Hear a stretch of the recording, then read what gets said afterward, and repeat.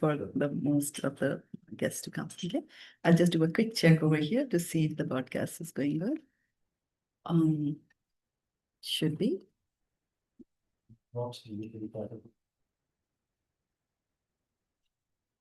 You should be able to see the screen. There'll be a lot of screen work today. And okay, yeah, we are broadcasting. I'm going to mute this side here. I'm going to start sharing my screen again.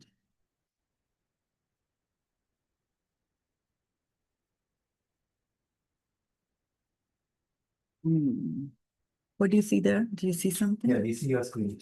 You see my screen? No, why is that screen? No, I wanted to show this screen. Okay. Do you see the slideshow again? Okay. All right, so let's get started again. Hare Krishna, Hare Krishna, Krishna Krishna, Hare Hare, Hare Rama, Hare Rama, Rama Rama, Hare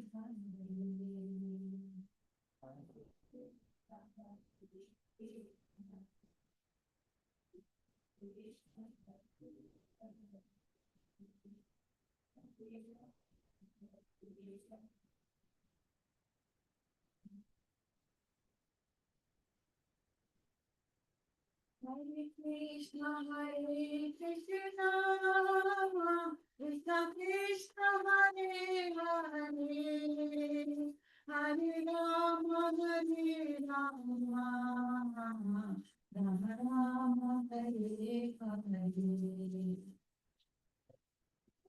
Hare Krishna, Hare Hare, Hare Rama, Hare Rama, Krishna Rama.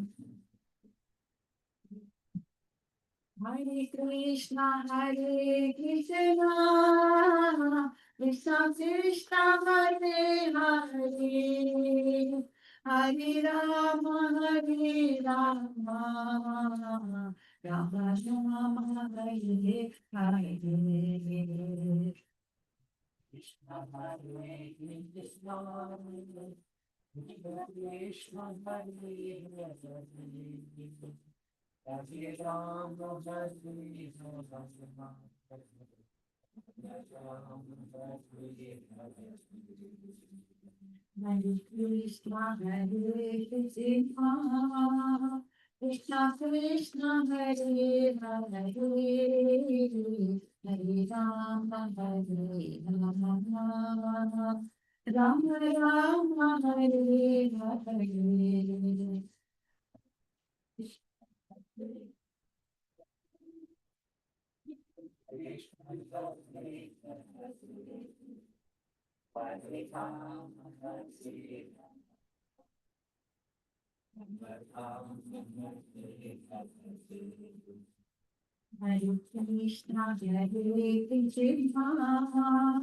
Krishna Krishna, Hare Hare,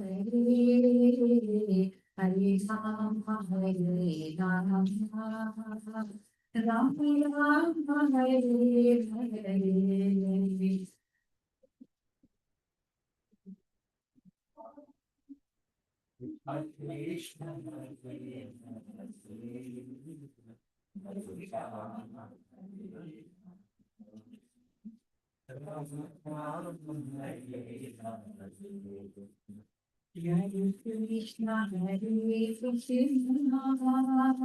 Krishna Krishna, Hare Hare, Hare Rama, Hare Rama, Rama Rama, Hare Hare. Hare Krishna, Hare Krishna, Hare Krishna, Krishna Krishna, Hare Hare, Hare Rama, Hare Rama, Rama Rama, Hare Hare. Hare Krishna, Hare Krishna, Krishna Krishna, Hare Hare, Hare Rama, Hare Rama, Rama Rama Hare Hare Krishna Krishna Krishna Hare Hare Hare Rama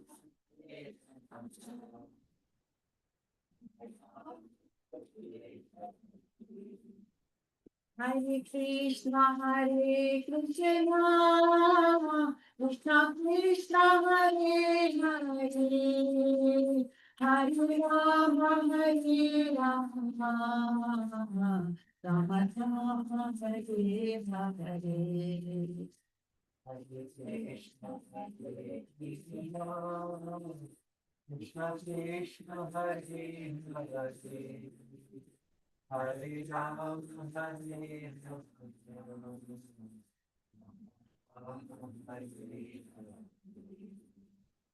Hare Krishna Krishna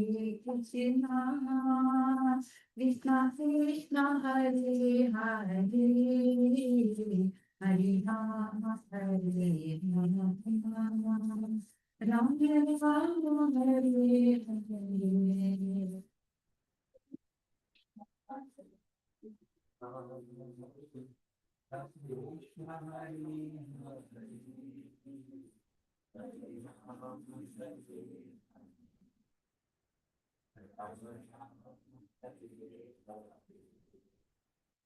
Hare Krishna Krishna Krishna Krishna Hare Hare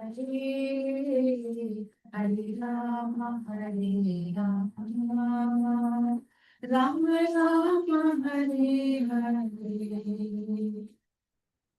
Krishna Krishna Krishna Krishna Hare Hare Hare Rama Rama Rama Hare Hare Krishna Krishna Hare Rama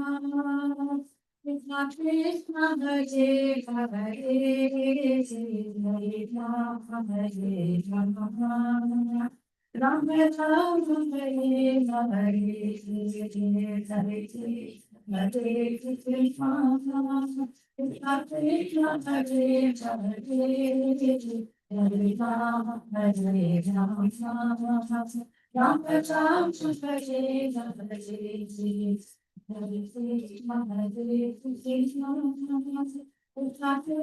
Hare Hare Hare Rama Rama Rama Hare Hare Hare Krishna Krishna Krishna Hare Hare Rama Rama Rama Hare Hare Hare Krishna Krishna Krishna Krishna Hare Hare Hare Rama Rama Rama Hare Hare Hare Krishna Krishna Krishna Krishna Hare Hare Rama Rama Rama Hare Hare Hare Krishna Krishna Krishna Krishna Hare Hare Hare Rama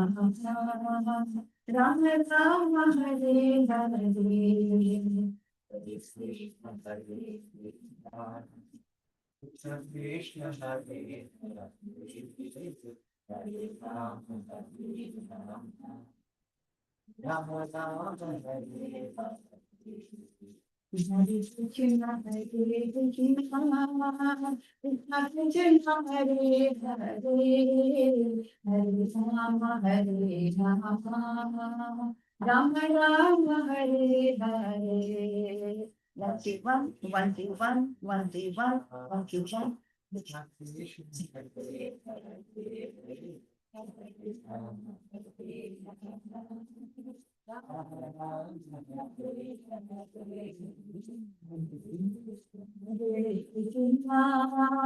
Krishna Krishna Hare Hare Hare Rama Rama Rama Hare Hare Hare Krishna Krishna Krishna Krishna Hare Hare Hare Rama Rama Rama Hare Hare Krishna Krishna Krishna Krishna Hare Hare, Hare Rama Hare Rama, Rama Rama Hare Hare, Hare Krishna Hare Krishna, Krishna Krishna Hare Hare, Hare Rama Hare Rama, Rama Rama Hare Hare.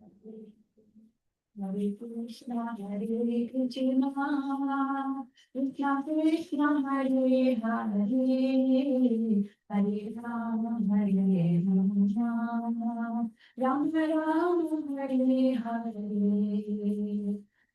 Krishna, Hare Krishna, Krishna Krishna, Hare Hare, Hare Rama, Hare Rama. Hare Krishna, Hare Krishna, Krishna Krishna, Hare Hare, Hare Rama, Hare Rama, Rama Rama, Hare Hare. Gaur Premanande, Hari Hari Bol. Okay, so in our next segments, Prabhu, it's okay for me to go and do one more Kirtan? Yeah. Yeah. We can do a small thing. Small, yeah. And then we can. Okay, we'll just do that. I just want it to be a little bit more interactive. So this one is called Hari Harai Nama Krishna, as you can see on the screen there. And what we'll first do is before we sing this song, we'll first understand what we are singing. Okay, so this song is basically talking about paying your obeisances, your dandavat pranams to many, many, entities. And so we will start. There are about 8 or 9 verses, I think, in this one. And what I want to do is there's a microphone somewhere floating around in the room. Right there. Yeah, so you switch it on and just make sure you don't point it to the speaker. And you take turns and just read the translation so that you get familiar with what you're going to sing. Okay? So we'll start with Tejas Prabhu.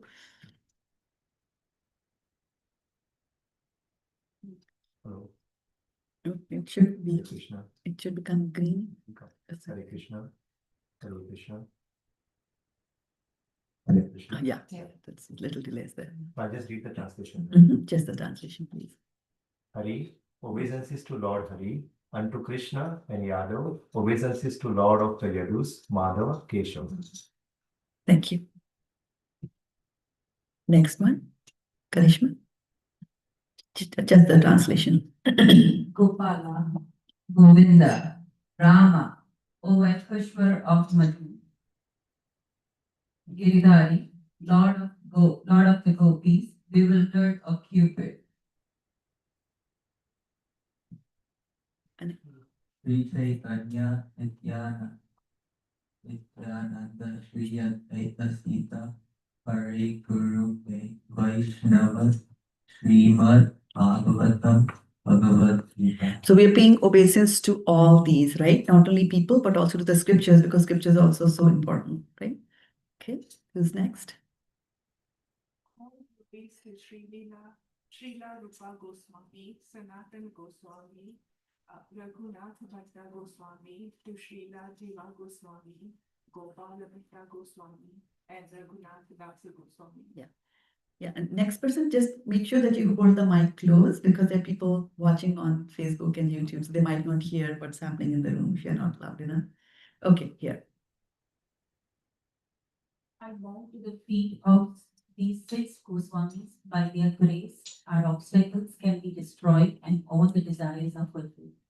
So by what do our obstacles get destroyed?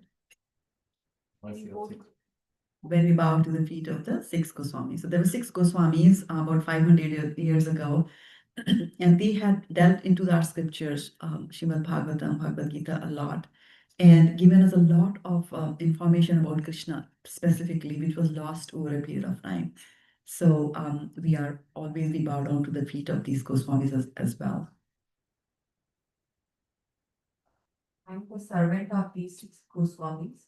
The dust of their lotus feet is my 5-fold subsistence. So what are they eating? What do you take to sustain yourself in this world? The dust of Dust of the lotus feet, right? Shuddha Bhakata Charan Renu. Okay, next one, please. Yes, kids are allowed. Don't be shy. It's English. To be us. And put your mic close to your mouth. Beside the company of the Lord, this is my aspiration, birth after birth. Thank you. Who's next?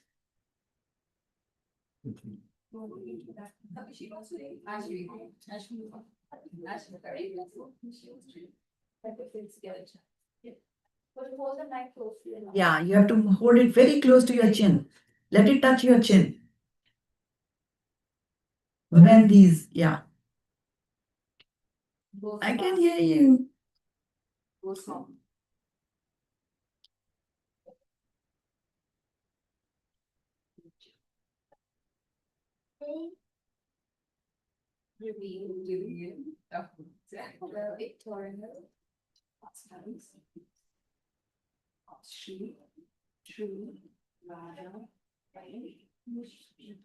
Very nice. Let's give her a clap. Big clap. All right. Good clap for the kids. Can you repeat this? Yes, please. Thank you. When these 6 Goswamis lived in Vraja, they revealed the eternal pastimes of Shri Radha and Krishna.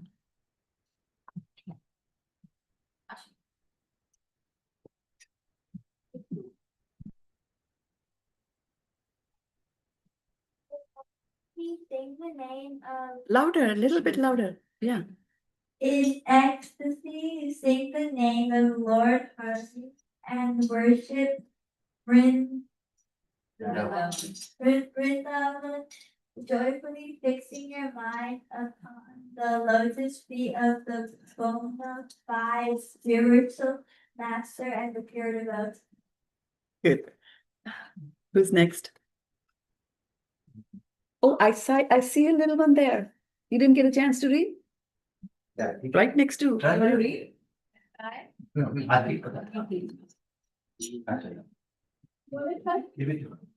are two. I'm running out of verses now. Wow. The lotus feet of the Good. Guru Vaishnavas are my aspiration. Narottama Dasa thus sings Hari Namas and Kirtana. Sankirtan.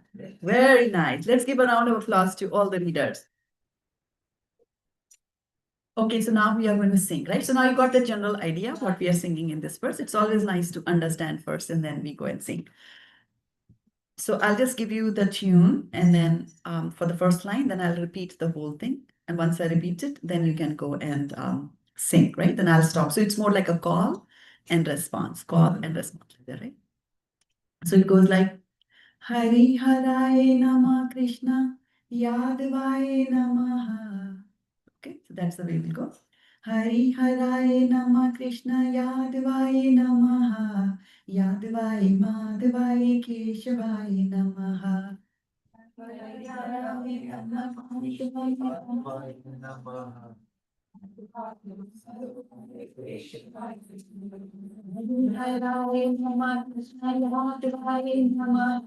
Yadavaye Madhavaye Keshavaye Namaha. Gopal Govinda Ram Srimati Sudha Sri Sopi Nam Hare Namaha. Gopal Govinda Ram Srimati Sudha Sri Hari Sopi Nam Hare Namaha.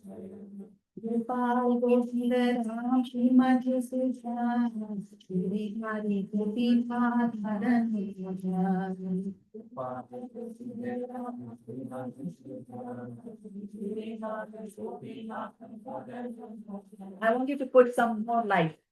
One more life. Okay, one more time with lot of life and energy. Okay? करिश्मा कुछ खाना वाना खिला दो अभी नहीं तो गा नहीं रहे हैं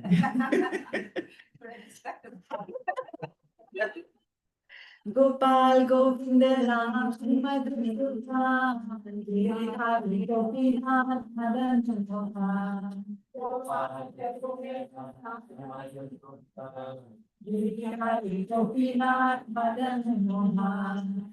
Chaitanya Nityananda Shri Advaita Smita Hari Guru Vaishnava Bhagavati Gita Shri Chaitanya Nityananda Shri Advaita Smita Hari Guru Vaishnava Bhagavati Gita Shri Chaitanya Nityananda Shri Advaita Smita Hari Guru Vaishnava Bhagavati Gita very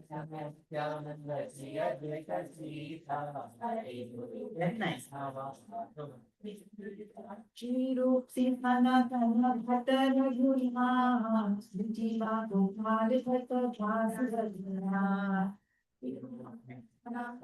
Bhatta Raghuna Jiva Gopal Bhatta Vasudhana Shri Rup Jai Gosai Kori Charan Vandana Yaha Bhute Vignash Abhishta Purna Jai Gosai Kori Charan Vandana Yaha Bhute Vignash Abhishta Purna Jai Gosai Jar Bhuri Karata Bhaktavara Pratarinu Mura Panchata Jai Gosai Jar Bhuri Karata Samara Padarinu Mora Chanchaja, Vichai Gosai Jan Muitarada, Samara Padarinu Mora Chanchaja, Vichai Gosai Jan Muitarada, Tamira Charan Sivi Bhakta Sanibha, Janami Janami Hoi Abhibha. Tamira Charan Sivi Bhakta Sanibha, Janami Janami Hoi Abhibha. Tamira Charan Sivi Bhakta Sanibha, Janami Janami Hoi Abhibha.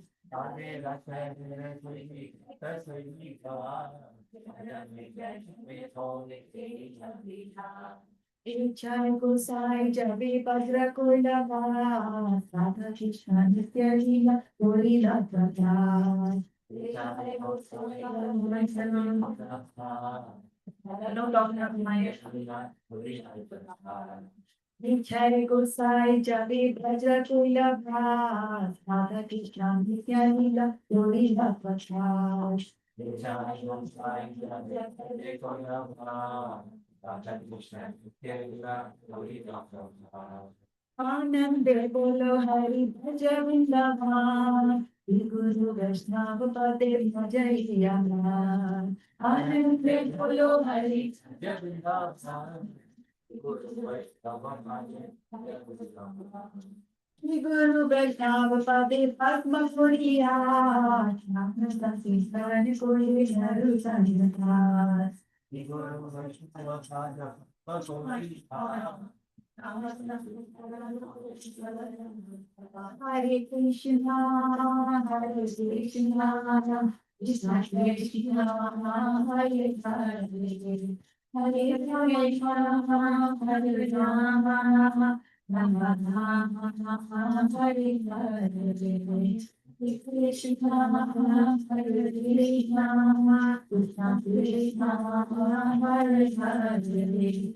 Hare Rama, Hare Rama, Rama Rama, Hare Hare, Hare Krishna, Hare Krishna, Krishna Krishna, Hare Hare, Hare Rama, Hare Rama, Rama Rama, Hare Hare. Krishna Yadavaya Namaha Yadavaya Madhavaya Seshadaya Namaha Gopala Govinda Rama Madhusudana Divya Hari Gopinath Hadaya Moha Shri Chaitanya Nityananda Shri Advaita Smita Hari Guru Vaishnava Bhagavata Shri Shri Rupa Sanatana Mottara Suna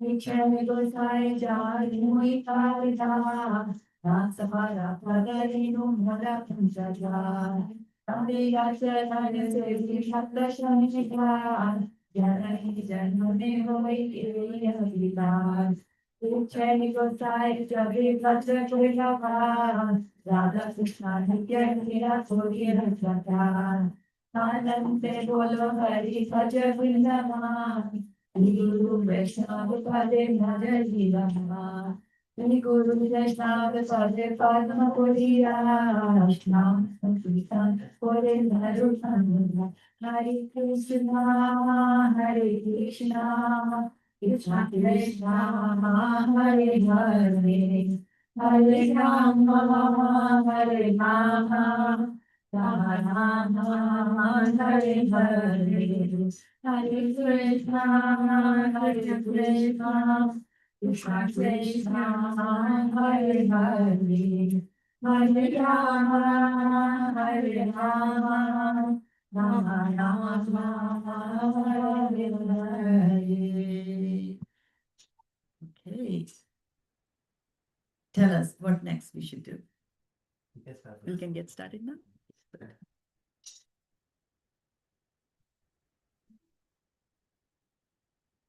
So let me go and bring up the right slide deck.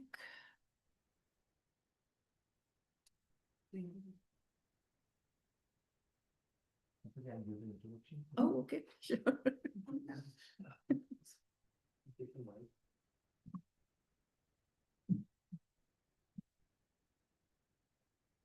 Hare Krishna. Yeah. So we are very fortunate to have Shraddha-devi Dasi. She's from ISKCON. She's an initiated disciple of Srila Vaisheshika Das, who is the initiated disciple of ISKCON founder Acharya Srila Prabhupada. So she is in the disciplic succession of Gaudiya Vaishnavism, and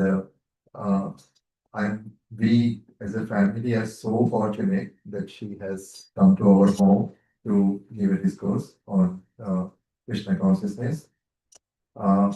I cannot describe what she does for her guru and for her guru's guru. She is always active.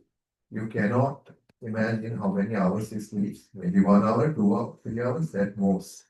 She's just distributing the books, following her guru's instruction, and that's it. That's her life and soul. So I think that's all I know. And based on that itself, I cannot imagine how can she pull this many things together. So many people are dependent on her, and we are very fortunate that she is available to us. So I would like to thank my wife also. She took an initiative to invite her home. So that's very nice. And Rakesh Prabhu to come and all of you to actually come. Okay, so I'm not sure, but we feel very fortunate. I feel very fortunate as well. I've been waiting for this for so many years. I've known you for at least 10 years now, I think. Yeah, so nice. I'm so happy. and joining us. Thank you for that. So we start always like we did in the beginning. We'll start again with a short prayer to the spiritual master. Om Jnanatimirandhasya Jnananjan Shalakya Chakshurunmilitam Yena Tasmai Shri Guruve Namaha. For those of you who don't know, this is Srila Prabhupada, the founder of ISKCON. And this is our temple in Mountain View. So we'll start with a little song. We always try to increase the vibrations, transcendental vibrations. This is a song from Bhaktivinoda Thakur's book Gita. Jai Radha Madhava Kunja Vihari. So I will do a call and response, which means that when I'm speaking, then you listen, and then I'll stop, and then you sing like that, right? Call and response. Jai Radha Madhava Kunja Vihari. Jaya Radha Madhava Kunja Vihari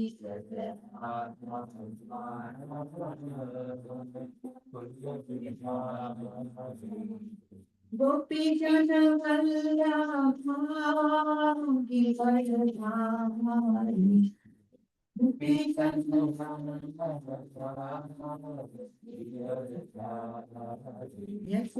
Gopi Jana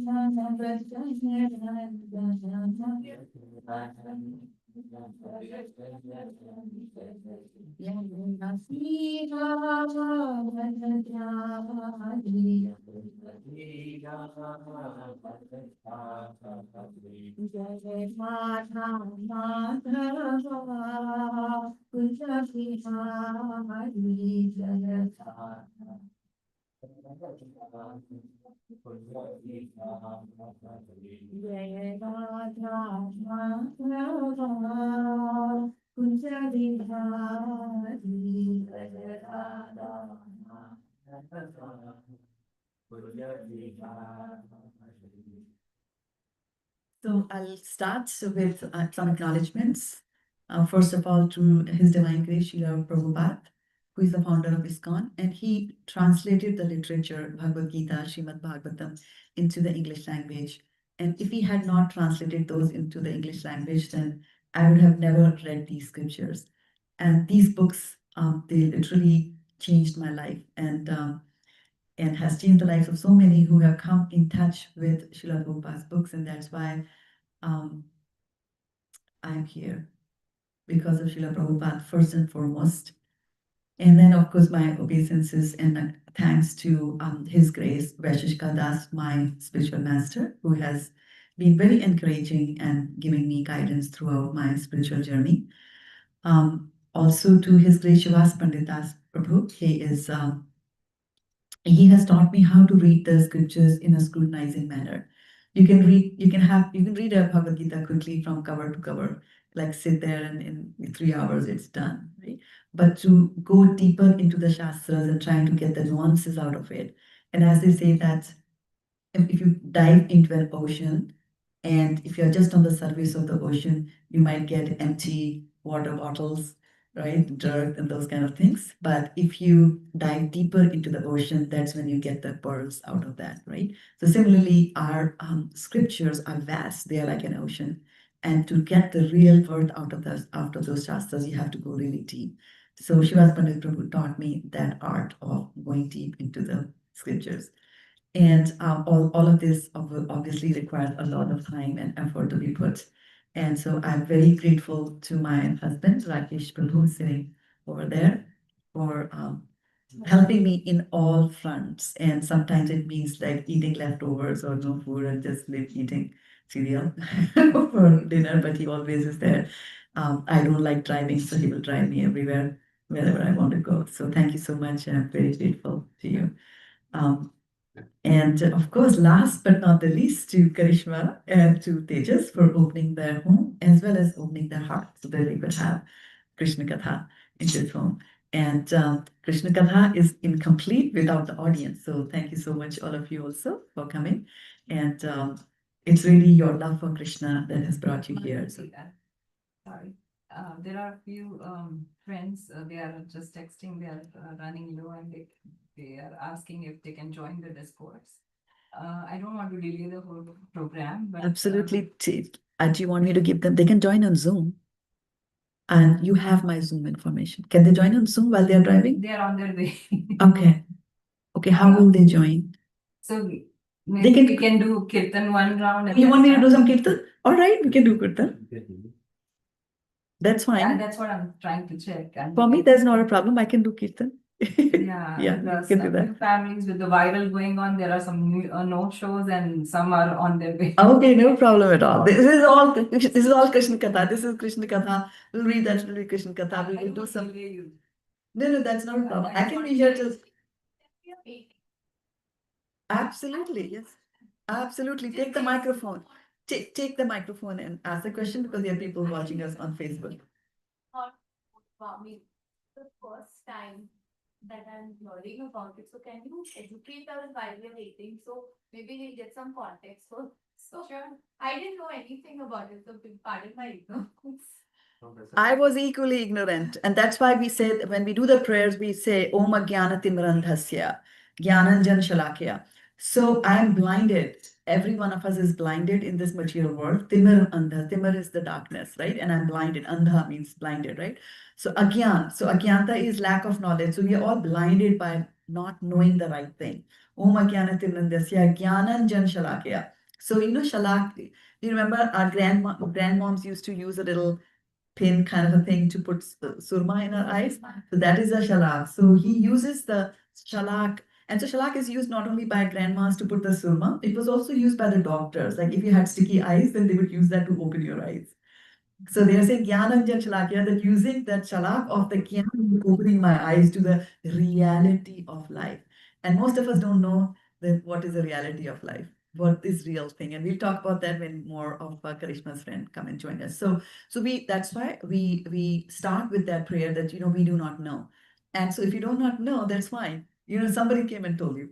Right? Similarly, Srila Prabhupada told me, and the reason I distribute books is that we were there 15 years ago in an Indian grocery shop, and I was signing the bill for the credit card thing. And from the peripheral vision, I saw Bhagavad Gita, standing on the counter. And just 2 days ago, somebody had told me that, you get a Bhagavad Gita, read it, because you seem to be liking Krishna a lot. So, and it happened to be Bhagavad Gita from ISKCON, which was translated by Srila Prabhupada. And just 1 week, it completely transformed my life. And so because of that, and as I read everything that Srila Prabhupada was saying, I was just so thankful for him to giving me and presenting the world in a very different light in front of me. Otherwise, I was like, number one, I was the best person in the world. There was nobody better than I. Second was the whole world was giving me trouble. And I was like the victim. And then when I started reading Prabhupada's books, and then I said that, oh my goodness, it was a complete paradigm shift to know that whatever you're going through in life is not somebody else is giving you the trouble, to understand that I am here, whatever is happening to me is because of my own karmic reactions. And once you get that understanding that, whatever happens to me is because of me, then it's a totally different game. Because then you understand that I'm host, I'm stuck in this world. How do I get out of it? And how will you get out of it? There is no other way than to go deep into the scriptures and to do bhakti of Krishna. There's no other way, actually. People can try different ways, but it doesn't help, right? So I was also ignorant, equally ignorant, and till I had a little faith in Krishna, and then somebody gave me the Bhagavad Gita. Bhagavad Gita came, I read a little bit more, and then you want to talk to like-minded people, right? For example, if you're interested in the stock market, right? You won't go and talk to physicists and nuclear physicists or a biologist. You look for people who are into investment. You like to go and talk to them, right? So you will tend to go and gravitate towards people of your own liking and of your own, psyche. And so once you stay to Krishna consciousness, then you also start seeking out devotees. So look at what Karishma has done. She's gathering the devotees here because she wants devotees to come and read. And she has been going to other places as well, right? So this is how it happens. It's a chain reaction, right? So that you know that. So in the beginning, you have a little bit of faith, and then you seek out association. And from the association, you will learn. Now, I'll tell you that about these 6 Goswamis, a lot more is written about them in Chaitanya Charitamrita. And so Chaitanya means conscious. And Charit Amrit means, to describe the character of the Chaitanya. What is life? So what is life? And it's a 9-volume book set. Do you have it at your home? Yeah, he will show it to you during dinner. There's a 9-volume book. And in that book, there are teachings of 2 of the prime Goswamis. So there were 6 Goswamis, and each one of them has got a very distinguished background. So the prime ones are Srila Rupa Goswami and Sanatana Goswami. They were born in rich, not rich, actually influential Brahmana family in Karnataka area. And they had some family issues. So they moved to Bengal. By the way, Srila Prabhupada, who founded ISKCON, is also from Bengal. So they moved to Bengal, and during this, it was the Muslim rule in India. So there was a Nawab in Bengal. And the job of the Nawab was to go and, be in fights and conquer and, increases. That's what the kings do, right? And so these two Goswamis, they were very learned. They knew 9 languages, including Farsi. So they got a job as ministers. One of them was a prime minister, other one was the finance minister, something like that. And so they used to take care of the entire workings of the Nawab's kingdom, while the Nawab would go and, go outside and fight. And while they were doing all that, they were at a certain stage in life, they got that inkling and the strong desire and the pull, what people call as calling over here. So they got the calling to seek out Krishna. And so what they did is something that we also do. They called in sick. They didn't show up in the Nawab's court. And they instead sat in their home and they brought like-minded people, other devotees, and they were reading Srimad Bhagavatam. And so they had called in sick, and so they didn't go for many days, like 1 week, 2 weeks, because they were enjoying the Bhagavatam so much, the Krishna Katha so much that they didn't want to go back to work. And the Nawab now got, a little worried because he had to go out again to fight another war. So he sent somebody to that home of these 2 people and said to 2 Goswamis and said, just find out how sick they are. And so when that person came, he was shocked because they were having a Krishna Katha almost like this, right? So you can imagine if you have told your boss that you are sick and your boss comes and watches you doing this. So that was the reaction of the Nawab. He was very unhappy. He actually imprisoned one of them and one of them just ran away like that. But Nawab was also, one of them ran away and the other one was still with him. And Nawab, during those days, what used to happen, it's a different thing, right? Nowadays, you're paid every 2 weeks because we have no faith in our masters, right? But during those days, as you were serving a master, all your needs were taken care of. And it's only when you retired, they would give you all the wages like that. So they said, now we want to retire. So he actually gave him a boat full of golden coins. And if you value them now, they were $1 billion. So that's the kind of 401k account they had, right? And so they then came to Varanasi. So these are 2 of the Goswamis, Rupa Goswami and Sanatan Goswami. And there are actually in this, am I sharing my screen? We took the names of these Gosai, H. Gosai, right? Where we said H. Gosai, right? Shri Rupa Goswami, Sanatan Goswami, right? Raghunath Bhatt Goswami, that's 3rd one. So 1, 2, and 3, Raghunath Bhatt Goswami, Jeev, this one, Gopal Bhatt Goswami, and Raghunath Das. Raghunath Das was the son of a millionaire. And he had taken to Krishna consciousness, and his father wanted to get him married, and he ran away. So there's a lot of drama for these 6 Goswamis. And they have written, a lot of commentary on our scriptures, so Srimad Bhagavatam. And they have also written a lot of other books, also beautiful poems. So maybe next time, if Karishma decides to invite me here, we'll pick up some of their songs, some beautiful songs, and we'll sing those together here. And then, of course, everything comes through a disciplic succession. There's a master, he has a disciple, then the disciple learns and the disciple teaches, gets more disciples. It's a succession in which the information flows down, right? Which is called parampara, right? So people always ask parampara. And so here nowadays, everybody is allowed to publish. There's internet, you can publish anything. There's ChatGPT to help you do that. So earlier days, it was not like that. Not anybody and everybody could publish a book. So nowadays, it's like very open. Everything is there. And anybody can take a microphone, go to Zoom, publish on internet and say whatever they want to say. They can interpret our literatures in any which way that they want to do it, right? And that adds a lot of, flakiness into it. A lot of dirt gets added to it. And some people might just do it from vice. So it's very important for information to be had from a disciplic succession. So next time, if somebody, and there are so many, self-made people, they come on TV and the whole world falls after them, falls for them. We should always ask them that, okay, you're talking about all this knowledge. From where did you get this knowledge? That's very important. And the knowledge has to come from the Shastras, right? So actually, Jiva Goswami is actually the nephew of Sanatan Goswami. So he was a very young person. Rupa Goswami has written Vidhakta Madhava, a beautiful play on Krishna, like that. Raghunath Das Goswami, the millionaire, he has also written, a lot of books. All of them have written a lot of books, and they were staying in. That's why I'm saying Sri Rupsi, Sri Rupsi Sanatana Bhatta Raghunath, that was a song. And then Echai Gosai Kori Charana Vandana, I'm going down, right? Jaha Hoite Vigneshna. So if you connect with the six Goswamis, you will be, and let me see if I can get a little bold here and see that if I can find your picture of the six Goswamis, right? So if I say that they are go, Srila Prabhupada has made them so famous that if I say six Goswamis on Google, Google understands and shows me the picture of the six Goswamis. So you see how simple they are. Can you imagine? One of them was a millionaire and two of them were billionaires. How simple life they living. They were just focusing on reading the Shastras for our good and our benefit. And see how beautiful they are. Right? Although they are not wearing the best of the tuxedo suits, but look at the grace on their face. And that comes from spiritual knowledge that they have acquired.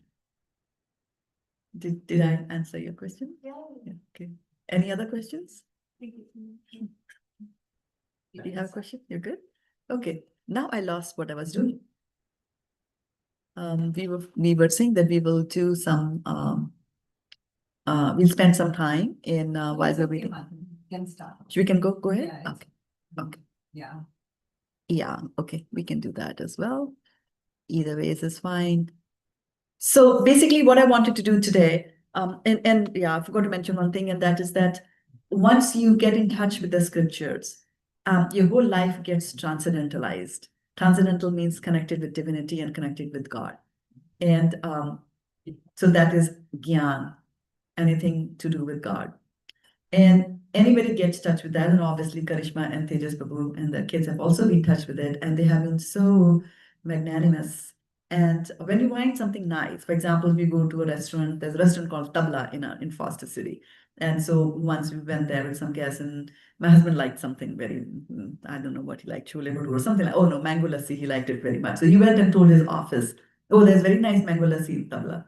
And then next time his boss, he's got a good office, every other Monday or every other month, they will go and buy food for the staff and they eat. So his boss went and purchased mango lassi from Tabla, right? So whenever you find something good, you always want to share it with others. So similarly, they found something so good, which is the Bhagavad Gita, and they want to share it with you. So they have one per family. They have kept Bhagavad Gita here. What was your plan for dinner to distribute? It's a Yeah, so complimentary. whoever is interested to grab a copy, we have got enough copies and you can take one, please. Yeah, I have 16 sets there, so. you can take. Yeah, I hear you. And if you run out of sets, then I am in the business of distributing this. Business means not taking money, but business means the work of distributing books. Okay. Yeah, so then let us go back to the slideshow, which we momentarily paused here. So Karishma and Tejas have got this nice little bonanza for you, the Bhagavad Gita. And believe me, there are 700 verses on it. And Bhagavad Gita is actually, it's the user's manual for the human being. Like you buy a Vitamix Mixie, you get a manual. You buy a computer, you get a manual. We bought this thing, there was a manual, right? So what about your life? Right? You got this machine. How to operate this machine, right? So you need a book, and that's the handbook. So I will be focusing on that. How do we bring Bhagavad Gita into our lives, right? And some of the practical aspects of it. And I'm calling this session today as Divinity, Mind, and Mantra. And basically taking you on a path to clarity about life, clarity about who am I, kind of thing. And then connection. And the connection is who should we connect with? Sometimes people say, oh, she's very influential. Uske bahut connections hai." Right? But all those connections are going to go waste till you find the real and the right connection, right? And that connection, to get that connection, you have to move inwards, inside into your heart. So why have you assembled here? What was the need for you to RSVP yes when Karishma said come, right? So all of you have got some connection with Krishna. You knew here that we're going to talk about God, right? You knew I'm not going to talk about saris. I might talk about Radharani saris. I might talk about how you buy a sari for Radharani, right? So you knew you have assembled here. And so why you are here is fine, but now let us focus on Who are you? Okay, so we're gonna have a little game. Kids, question for you. Are you aware of the game Simon Says? Yeah. Okay, adults, are you aware of the game Simon Says? Okay, so let's play that game. Okay, I'm going to be the Simon. I'm going to explain the game to you, Rakesh Prabhu. And so Simon says, so Simon will say something, right? So we'll make it a little Indian. How about Shraddha says? Okay, and my name is Shraddha. Shraddha says, and then I will ask you to touch a part of your body. Okay, and then you touch. Right? This way we will go for a little while. Shraddha says, touch your nose. Shraddha says, touch your ears. Shraddha says, touch your forehead. Shraddha says, touch your finger. Shraddha says, touch your knee. Shraddha says, touch your feet. Shraddha says, touch your heart. Shraddha says, touch yourself. What happened? Right? Who are you? It was easy for you to identify, this is my forehead, this is my cheek, this is my feet, this is my right. But I ask you a question, touch yourself, you're still, your hand stayed there where it was, on the heart. Right? So we have to understand first who we are. Now, isn't that such a big dilemma? Isn't that like a revelation? It's like, oh my goodness, after spending so many decades on this planet, I don't even know who I am. Right? I remember when I was young, so young kids will do, I was young, but not a kid. And so had brains enough to torture other small kids. So there was this little girl there, and her name was Anushka. So I said, and she was very small. So I said, Anushka, तुम्हारा नाम क्या है? So मेरा नाम अनुष्का है. So नहीं, तुम्हारा नाम अनुष्का नहीं है. तुम्हारा नाम प्रीति है. Your name is not Anushka, your name is Preeti. She said, no, my name is Anushka. No, my name is Preeti. So it went on back and back. And then she went to her mom, Mom, who am I? That was a very nice question she asked. It goes so easy to get confused because you are in your mother's womb for 9 months and then you're out. And then the family around you will slap a name on you. And that's what you think I am. I'm Sunita, I'm Anaya, I'm Tejas, I'm Karishma, I'm this, I'm that. Right? But who are you actually? That is the question. So you have to remember that you are a soul. And that is why you were not able to touch it with your hands. You were able to touch different parts of your body. Right? You could touch your knee, you could touch your, whatever I asked you to touch, you were touching it. But when it came to the soul, you could not touch your soul. Because you cannot touch things which are transcendental. Soul is transcendental, alokik, right? And the body is material, lokic, right? And there are differences between the soul and the body.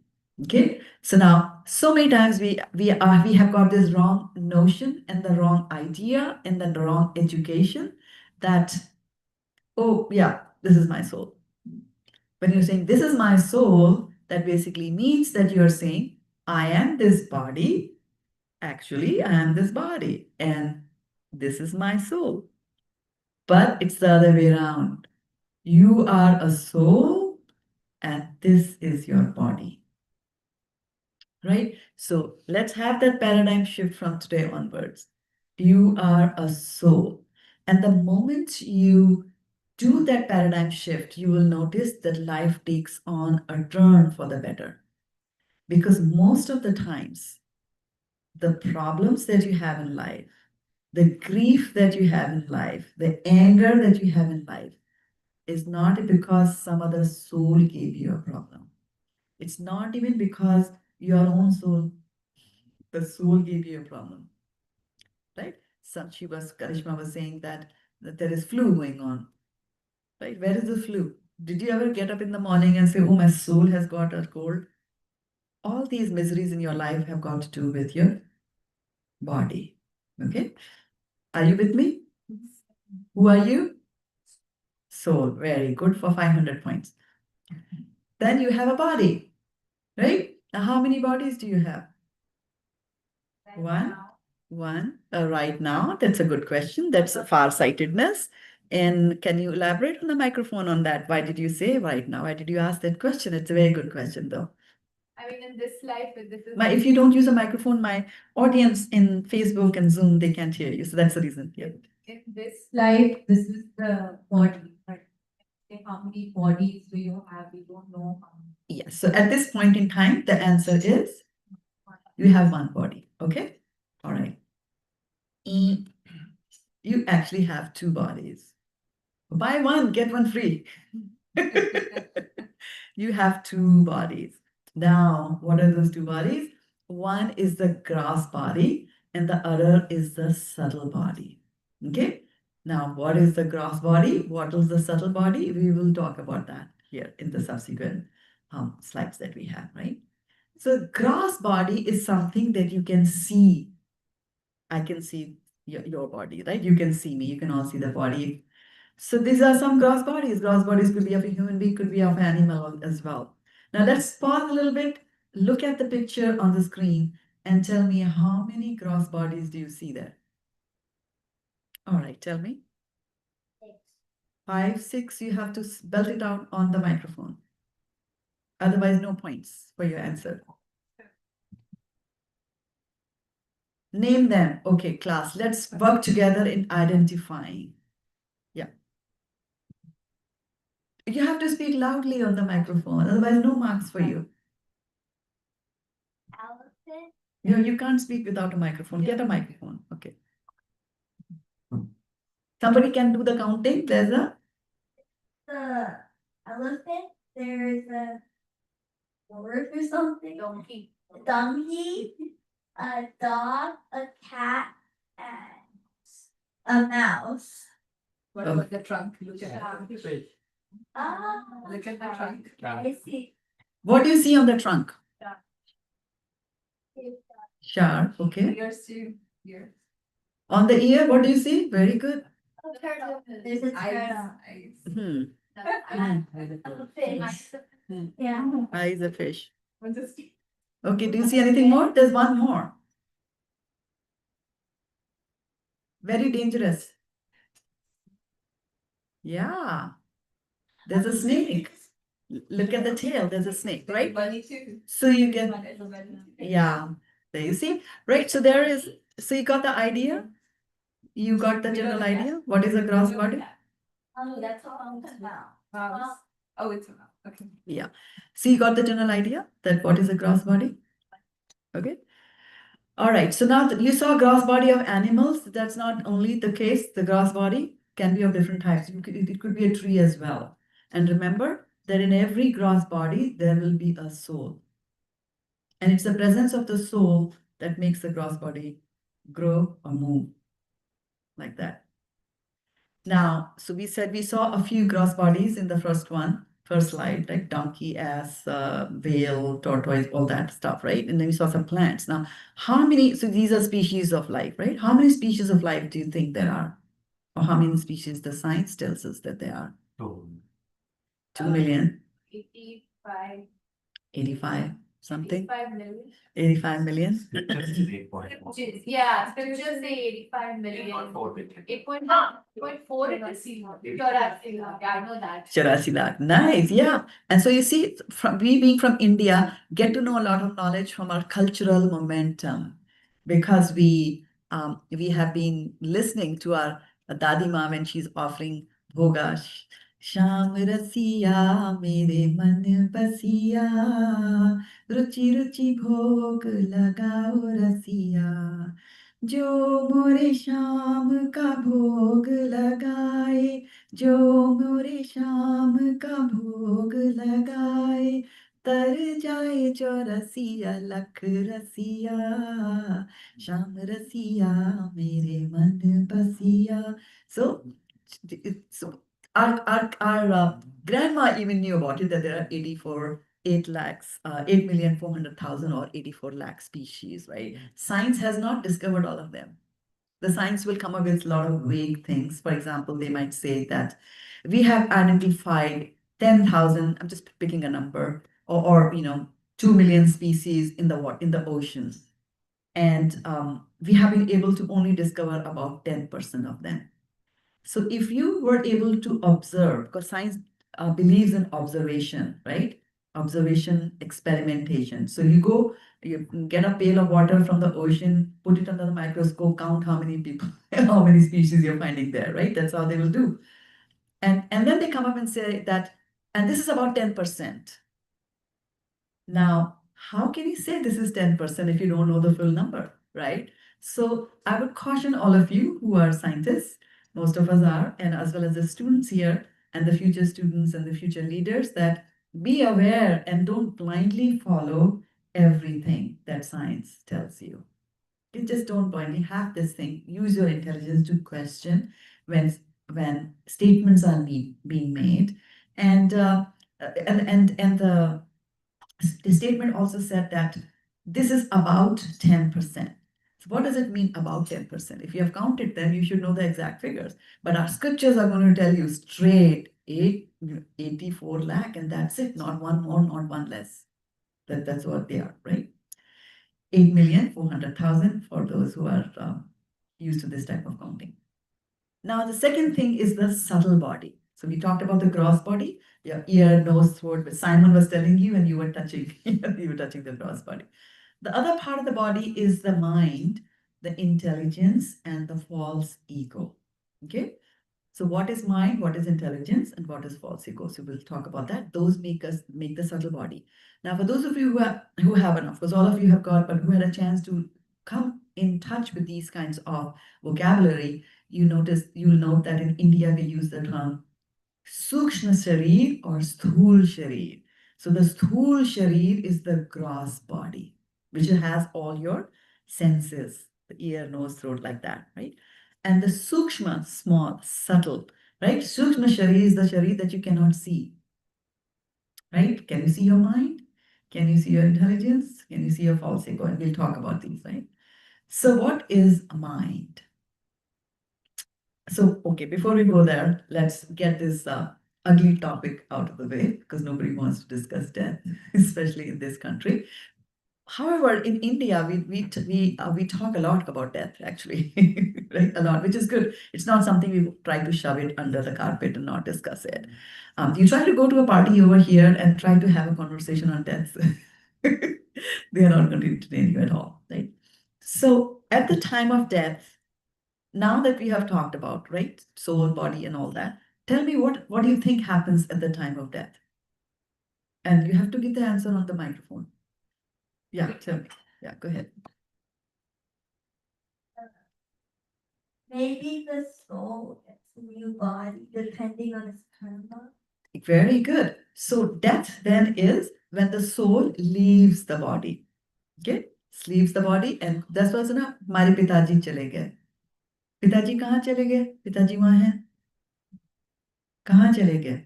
Because we are rightly identifying that Pataji is the soul. It is God. So our scripture and our language, it is all geared towards the right scientific knowledge, right spiritual knowledge. It's just that we have forgotten and we have stopped paying attention, right? I mean, so many people have done the bhoga. जो मेरे शाम का भोग लगाए चल तर जाए 84 लाख रसिया. What exactly is that 84 lakh? What exactly is that? We never question it. We are in a hurry to offer the bhoga, have the prasadam. It's fine. Who cares about the 84 lakh? But we have to pay attention to these things. So what is death? In death, what happens is that the soul will leave the body. Okay. And the interesting thing is that the human body, and this is something that science also agrees, that in 6 months you get a new liver, right? You get new skin every day. Kids get new set of teeth. Bone marrow gets changed. Blood cells get changed. So the body is constantly changing. And in 7 years, you get a totally new body, totally new gross body, totally new. Every cell in the body will be new in every 7 years. That's how it goes, right? So actually, when the soul leaves one body and goes to another body, we commonly call it as death, or a more sophisticated name for that is transmigration of the soul. The soul is migrating, like how you see the geese are migrating from Canada and they're going towards South America these days, right? The transmigration is when you leave a body and you go into another body. So as you can see over here, there's a man, he's young, he gets old, he dies, and then the soul goes into another body, the body is growing, right? But it's the same soul which is throughout. Okay? And which basically means that the soul has moved from this type of body to this type of body, from this type of body to this type of body. And it was so subtle, the change was so subtle that we don't realize it, right? One day you look in the mirror like, oh, safed baal kahan se aaya, right? So we don't realize that. So which basically means that if death is leaving one body and going into another body, as you said, then we are dying every second of our life. You're dying and we don't know. The big problem comes when we go into another body which is not in the same environment. You have to leave that family. You have to really go out of that, right? So this is transmigration of the soul. And also remember that the soul doesn't just transmigrate like that, like it was a human being here and went into another human being body. It can take any of the 8,400,000 species that include plants as well. So here's the Bhagavad Gita. Bhagavad Gita says, you all can sing with me as well. Shrotram chakshus parchanam cha rasanam granam evacha adhishthaya manaschayam vishayan upasevate. So it says the living entity. Now in the Bhagavad Gita you'll see the word living entity used for the word soul. Okay, because soul is the only thing that lives. This gross body does not live. And that is why when the soul leaves the body is not able to do anything at all. Because the soul is what brings the consciousness into the body. So the living entity, thus taking another gross body, obtains a certain type of ear, eye, tongue, nose, and sense of touch, which are grouped about the mind. He thus enjoys a particular set of sense objects. So depending on what things that you like, you will get a suitable body to enjoy it even more in your next life. For example, if you like eating meat, right? You don't eat sushi, which is raw meat, not even cooked, and you like it so much that Krishna will arrange a body for you that you can get to eat raw meat without even having to cook it, which means that you can become a dog, you can become a cat, you can become a wolf, a lion, or whatever.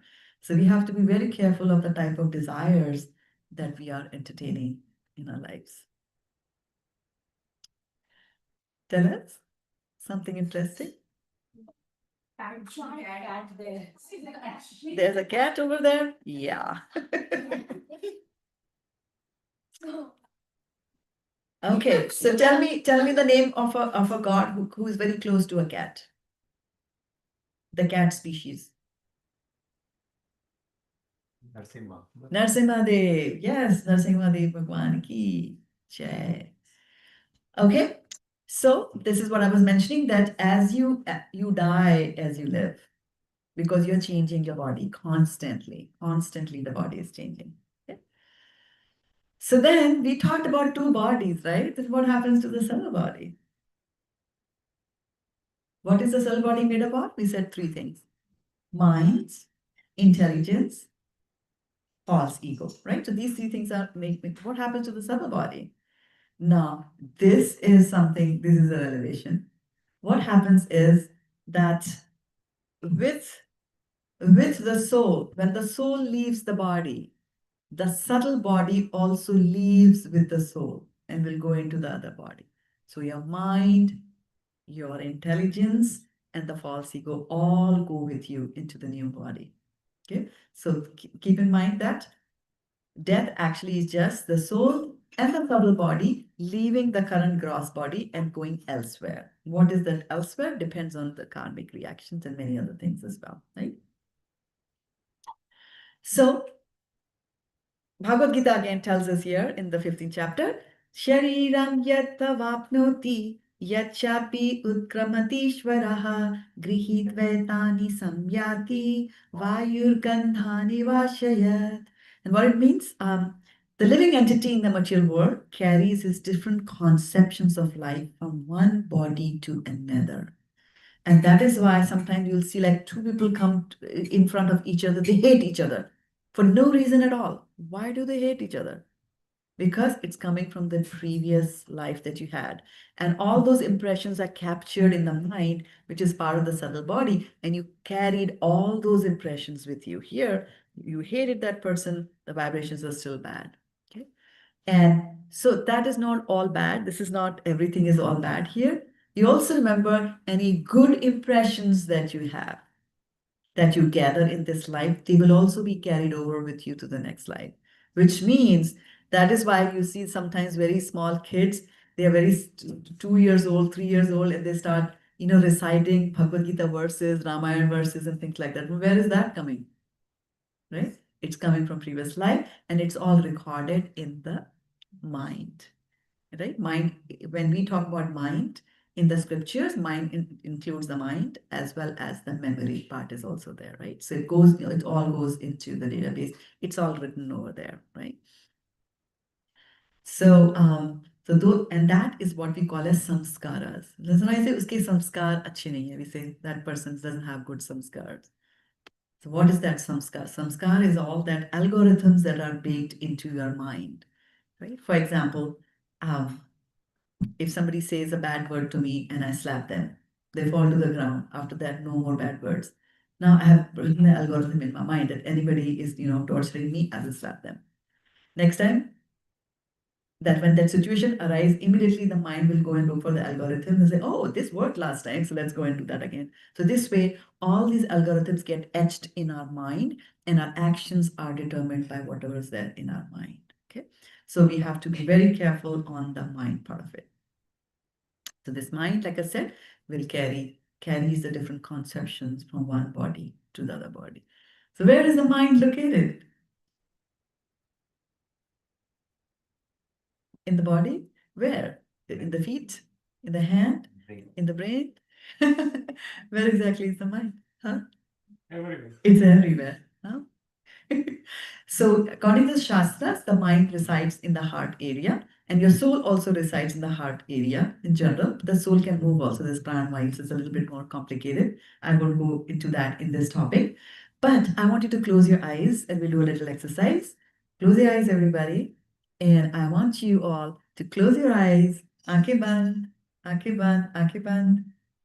And close your eyes, close your eyes. Yeah. Think about Taj Mahal. The Taj Mahal. Think about the Red Fort.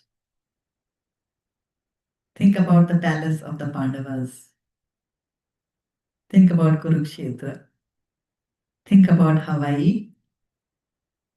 Think about the moon. Open your eyes and look at me. Okay. So when you were thinking of Hawaii, your mind went to Hawaii. That is the speed with which the mind works or moves.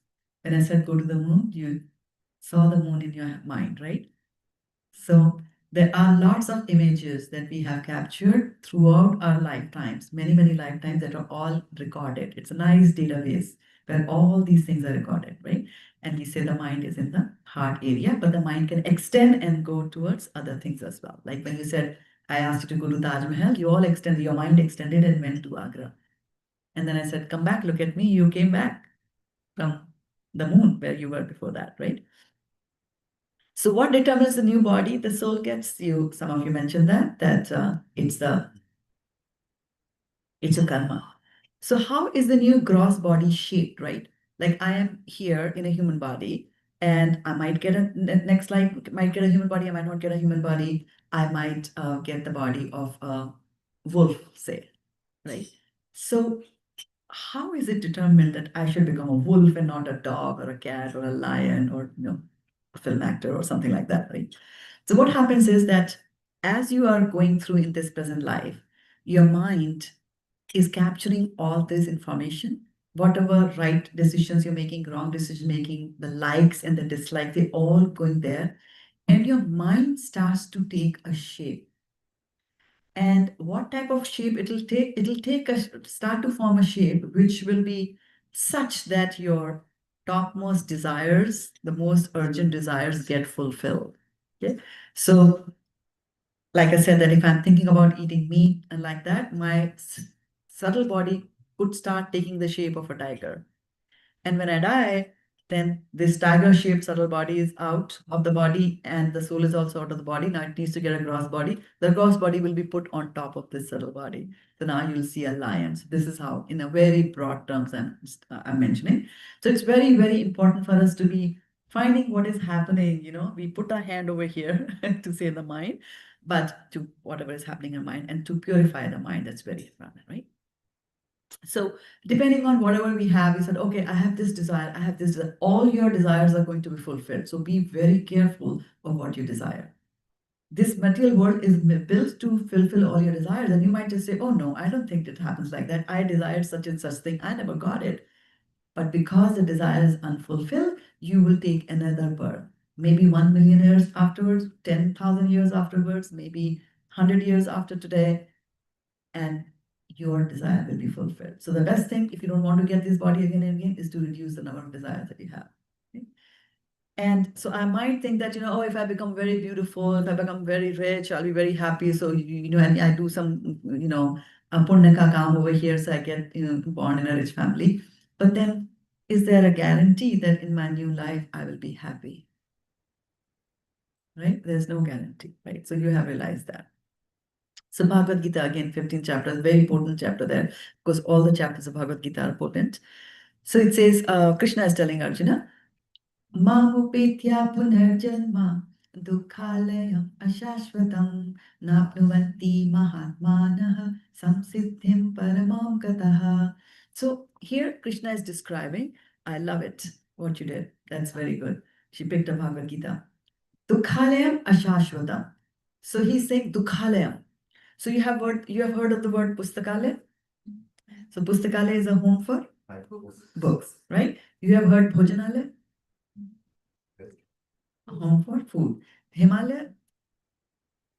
Home for snow, like ice. Dukhalaya? Home for miseries, right? So this world Krishna is describing is a place of miseries. Now, do you agree or not agree? Yes? Okay. Ashashvatam. Ashashvata means it's not permanent. And this is a good thing because which also helps you to stay balanced in your life. Because everything, if nothing is permanent, then two things. When you are miserable, also remember that it is impermanent. It will go away. Right? Krishna tells Arjuna in the 2nd chapter of Bhagavad Gita, he says, Martha sparshastu kaunteya shitosham sukha dukkada agam apaniyo anityastam titikshasva bharata. So he says that this happiness and this distress that you feel is like the seasons that come and go. Just learn to titikshva, just learn to tolerate that. And so this whole life is about tolerating it. Because I have been put into this material body, and this material body gives me all the grief. All the miseries come from the material body that I have, or extensions of my material body. What are extensions of my material body? My husband is my extension, my children are my extension, my society here is my extension, my football team is my extension, my city is my extension, my state, California versus Illinois, that's an extension of me. I think California is me. Anything happens to California, something happened to me, right? America versus, other countries. And then in the olden times, even the planets used to fight with each other, right? The Devtas, the Suras, and the Asuras, they were in different planets, they used to fight. So there was all extensions of that. And so we have to remember that this world, you get miseries because of your own body or extensions of the body. And but Krishna is saying that Napnuvanti Mahatmana Samsiddhim Pramgatim. But those who are Mahatmas, those who are devotees of the Lord, they will not, keep on going through the cycle of birth and death. They will go to Krishna, which is the highest goal and perfection of life. So your main aim in life, in addition to getting into Harvard and Carnegie Mellon, etc., it should also be that I have to ultimately go back. Because even if I get into Carnegie Mellon, I'll still be unhappy. I'll still get old, I'll still have diseases, and I will still die, right? It doesn't matter. That is an equalizer. Equalizes everybody, right? So Krishna is saying is Dukhalayam, it's a place of misery. There's no happiness here. So let's see, what exactly do you think is happiness? Can you define? Everybody wants to be happy. Can you define what you want? I want happiness. Can you define what you want? What exactly is happiness? Good health and. Good health is a happiness. Comfortable life. Comfortable life. Define comfort. What is a comfort life? Definition of comfort can vary from one person to another person, right? So now let's take this. This is something my manager, she used to tell me this when I used to be miserable because of this happened at work and that happened at work. So you go to your manager and you complain. So she said that there are 2 days in life when we are happy. Okay. The first day is the day you buy your yacht, the day you buy your boat, right? You're so happy you have not joined the elite. You're so happy you're going to take your friends out and, but tell me some ways in which this boat can give you unhappiness or anxiety. Lots? I like that answer. Okay, tell me. I mean, A few. constantly be in anxiety, just worrying that something might go wrong. So you're in anxiety, something might go wrong. Stop. It will never stop, right? Yeah. How about your neighbor coming and wanting to borrow your yacht? Even worse. Okay, even worse. Become jealous of them. Somebody will jealous, people will be jealous. Jealous of me. Exactly. Yeah, and when the gas prices go up, Maintenance. right? And what about tsunami? Right? What about storage for the boat? Right? Damage, wear and tear, right? So there's a lot of things, and I can hear, I can. You are very wise. You have realized it. You're acknowledging it. This is the Kali. Yeah, never happy. Happy when we bought it. Yeah. So So not happy because there is I'm something. complaining about how expensive it was. How expensive it was. Exactly. Your bank balance went down, and that is a source of a lot of anxiety. Like, but I saw a hand raised at the back. Tell us. It could sink in the water, that anxiety. Tell us. Something, but always something that ruins it. Is that the words coming from a child, they are very philosophical. Yeah. She said that for those of you who couldn't catch that, she was saying that even if you think everything is going very nice, there's something that ruins it. Satya nash tumne kari diya. Right. So, so there are 2 days that you're happy. The day you buy your boat and the day you sell it. Now, can you please explain to me, dear devotees, these are 2 extremely opposite things. Buying a boat and selling a boat. How come you're happy in both the situations? In first, you fulfill your desire, Mhm. but then it gave you so much misery that you got rid of it and you become happy. You have become happy, right? So then something changed, right? Somewhere, your outlook changed somewhere, right? Because you thought that having a boat is the best thing. So why did you not cling to the boat and keep it with you and the everlasting happiness? Why did you give it away and feel happy about it? So something is going on there, right? Something changed. And then what changed is the mind. It's all inside your mind. You were thinking, this is going to give me happiness. You got the happiness. Then you were thinking, this is giving me grief. So you sold it and you became happy. So you see, happiness, we don't even know what keeps us happy, right? So it's all because of the mind we say, but what is the mind and what does it do? Okay. So mind equal to factory of thoughts. How many thoughts do you think you produce in a day? Tell us. Millions? A lot? It's a safe answer. 3 million? You have an active mind, very active mind. Yeah. So there are about 60,000 thoughts that we have every day. And 80% of those thoughts are repeat thoughts. So when the alarm goes off in the morning, what is the first thought? Get out of the bed. Yeah, tell me. Yes. Sad to wake up. What?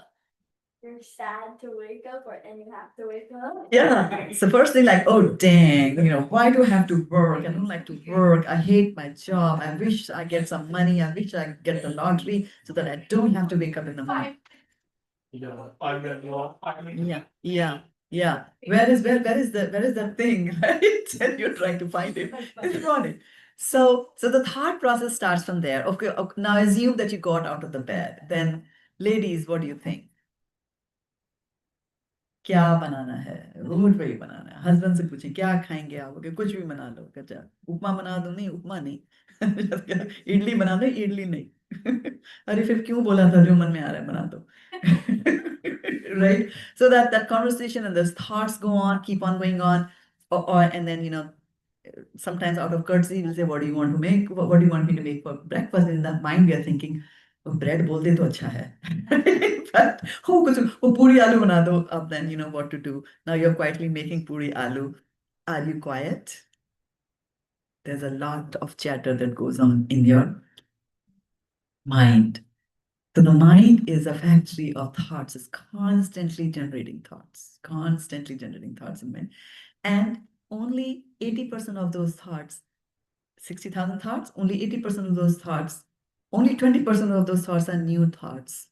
All of them are repeat. रोज पूछने का खाना में क्या बनाने का है तो car पीछे है कि नहीं है ऑफिस में जाना पड़ता है गैस आएगी नहीं आएगी बच्चा लेट ना हो जाए होमवर्क करा नहीं करा all those things repeat thoughts over and over and again it is a factory of thoughts and certain things that the mind does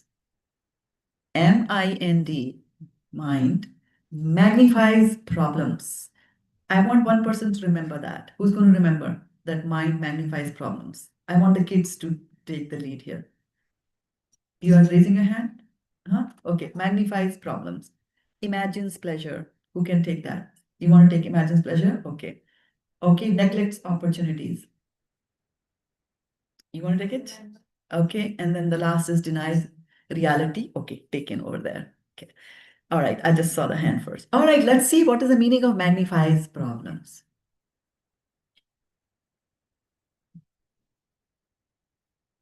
What does this remind you? But you have to say like how mind magnifies the problem. Yeah, how do I, no, I'm showing you a picture and I'm saying, what from the scriptures does this remind you? Mantra talking. The mantra talking to KK, Rama's coronation, right, at that time. Yeah, so for those of you, of course, all of you know Ramayana, but I'm just going to repeat it, that KK used to love Lord Ramchandra. She loved him even more than she loved Bharat. It's a fact, right, written in the scriptures. And then when Dashrath decided that he's going to coronate, then this mantra comes there, the maidservant mantra, and she goes and tells her things. That you know what's going to happen? You're feeling happy that Ram is going to be the coronated and made the heir. Then you will never get to be the queen of the king, the mother of the king. You will just become a servant over there. Bharat is going to become the king. You'll be out in the roads, like that. So she kept on talking. It was not a big problem. She just magnified it so much. And then ultimately, because of all this, she lost her husband, right? King Dashrath died. So similarly, the mind and mantra, our scriptures give you particular name. Mantra has the word man in it. Thara is, she was agitating it. She agitated Kekai's mind to that extent that Kekai went and did the unthinkable. The same Kekai who had put her own life on a bet to save her husband. The same Kekai became the cause of his death. That much the mind can, influence. So it magnifies the problems. Right? I still remember when I was young, my teenagers and my sister was there, and she was older than me, and they were, I was still kiddish, but they were like into fashion and clothes and all that kind of stuff. That age, when the girls are. And so she was talking with her friends, and like how the annoying little sisters do, they want to poke their nose, they want to hear everything that is happening. So I was doing that. And so one of her friends said, "Oh, मेरे साथ tragedy हो गई." And yesterday, a tragedy happened to me. So I was like, I don't know what happened, somebody died or whatever. She said, I gave this cloth for stitching my kurta, and the tailor made a mess of it. So for her, it's a tragedy, right? It's all in the mind. It magnifies your problems to that extent. It imagines pleasure. Now, this is a very famous experiment, kids, you might have done or will do it in your school, that they did this exercise. Pavlov, I think, was a scientist who did that. He used to put some food here, and the dog would call the dog, and the dog would salivate. Okay. Then he would not put the food, he would just ring the bell. The dog would look at the bell but would not salivate. Okay.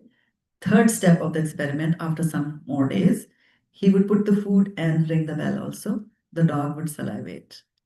Do that for many times. Fourth step of the experiment, no food but just ring the bell. The dog starts to salivate. So the mind, the dog's mind, dog also has a mind, by the way, right? Subtle body goes into the dog's gross body. The dog also has got a mind, and the dog thinks, imagines that there is the same pleasure in the bell, the same pleasure that it would have got from having this food over here. So we imagine pleasure. Is this a pleasurable thing? Okay, now I want you to imagine that you're sitting on a dining table and there's nice hot gulab jamun in front of you, right? And you're about to sit down and you're going to eat it. And then your friend comes and says, you know what? The grades are out and you failed in mathematics. How is the gulab jamun going to taste? It'll taste bitter. Yeah, it won't taste good. It's the same gulab jamun. Nice gulab jamun in syrup. Why is it tasting bad and doesn't taste good now? Even if you put it in mind, it's in your mind. So it's the mind that imagines there is a pleasure here, and anything goes wrong, now it says, no, there's no pleasure. It's the same thing. It's the same thing. So you see how powerful the mind is? So John Milton said that the mind is a universe that can make a heaven out of hell or hell out of heaven. Right? It's all in the mind. The mind neglects opportunities. Who had that neglects opportunity? Okay, good. Right. Mind neglects opportunity. So look at this. This famous story of the hare and the tortoise. They were having this race, right? Who's going to run? And so there was this opportunity that the hare had to win the race, but then the hare's mind starts going and saying, like, oh, I don't think I need that. I can just, sit back. I can just relax a little bit. I run so fast. And he goes off, he goes to sleep, neglected that opportunity. And look, who won the race? We all know that. Right? So in your real life also, when there are so many opportunities that you'll get to take to Krishna consciousness and take towards God, the mind will tend to neglect. So what opportunity are we neglecting? That is the question we should be asking ourselves over and over again, right? Srimad Bhagavatam says, Labdva sudullabham idam bahu sambhavante manushya martadam anityam apiha dhiraha turnam yatet napatet anumrityu yavan nishreyasaya vishaya khalu sarvata syat. So it's saying after many, many births and deaths, one achieves the rare human form of life, which although temporary, affords one the opportunity to attain the highest perfection. And so having attained this human life, because it's only in human form of life, it's only in a human gross body, can you do devotional service to the Lord. If you are a fish, you cannot hold the Bhagavatam in your hand. You cannot hold the Bhagavad Gita in your hand. Forget about, learning how to read it. The body is not suited to doing devotional service. It's the human body that is suitable for doing devotional service. And if we neglect to do that, then it's your mind that is making you neglect this wonderful opportunity that you have got here, right, to go back. So like an ostrich, right? Then the fourth thing is that mind will deny the reality. Have you ever denied reality in life? Would you like to share an example of how we deny the reality in life? Like, you want to share? Microphone. Yeah, please use the microphone. I think my example is more of a positive example in a way like, I think this was when I was in college and I had like some health situation. And my doctor said I could not take an exam. And in college, if you miss an exam, that is 1 year of therapy. So I just told myself, I mean, he was telling me the reality, right? Based on examination, what he did in Austria. And I said, no, that's not gonna happen. I'm going to believe that it's not gonna happen. Just the power of spoken words and belief that actually I did go in that holding like the bag where the fluid of my body, like, Yeah. it was an extreme situation where like my lungs were filled with the water and all that. So I was holding that and I was giving the exam, but that was just my determination. Yes, and from where is it coming? Like the doctor is telling you not to do it because the doctor is observing the gross body. The doctor is not observing your subtle body, right? And the subtle body is the mind, and it is so powerful, That's right? Yeah, that's my exam. right. So mind, yeah. So what I'm saying, what I wanted to emphasize, I mean, of course, yours was a case of a mind winning over, right? What I was trying to emphasize over here is that we deny the reality. How many of us deny the reality that we're going to die? So many of us are dying, and next, if the news comes, somebody has died, it doesn't bother us. We continue with our things, right? Somebody died of heart attack, it doesn't matter. Let's take the ice cream out of the fridge. We just denying the reality. We keep on doing that, like an ostrich, it just puts his head in the sand. And so whenever it says some danger is at hand, I don't know, so I don't care. What I can't see just isn't there. That's what the ostrich does. The head is there. A lion can come and eat it, but as soon as comes a lion coming on towards it or a wolf, it'll just go like that. Put the head there. So our Bhagavatam is, of course, very, very strong. And Bhagavatam says, Deha patya kalatrishva atma senyashva satsvapi desham pramatto nidanam pashyam api na pashyati. So the poor ostrich, at least for the ostrich, you can give some points to the ostrich that it had closed its eyes. The head was in the sand. We cannot see. But here we, paschyan api na pashyati, dekhte hue bhi nahi dekhna. Not seeing it, although it is right in front of our eyes, right? Right in front of our eyes, we see our parents leaving their body, we see our grandparents leaving our body, but we don't care. Somehow, somewhere, there is a hope in my heart that I might not die. But death is 100% rate, winning rate at this point. There's nobody who has escaped death, right? So, people devoid of Atma do not inquire into the problems of life. And why they don't inquire into the problems of life? Because they're too attached to their children, to the family, to the country, blah, blah, blah, blah. To the yacht, to the car, to the position, to the job, whatever. Okay. So mind does 4 things. And I want you to tell me what are the 4 things it does. Mind. Can somebody who has the mic tell us?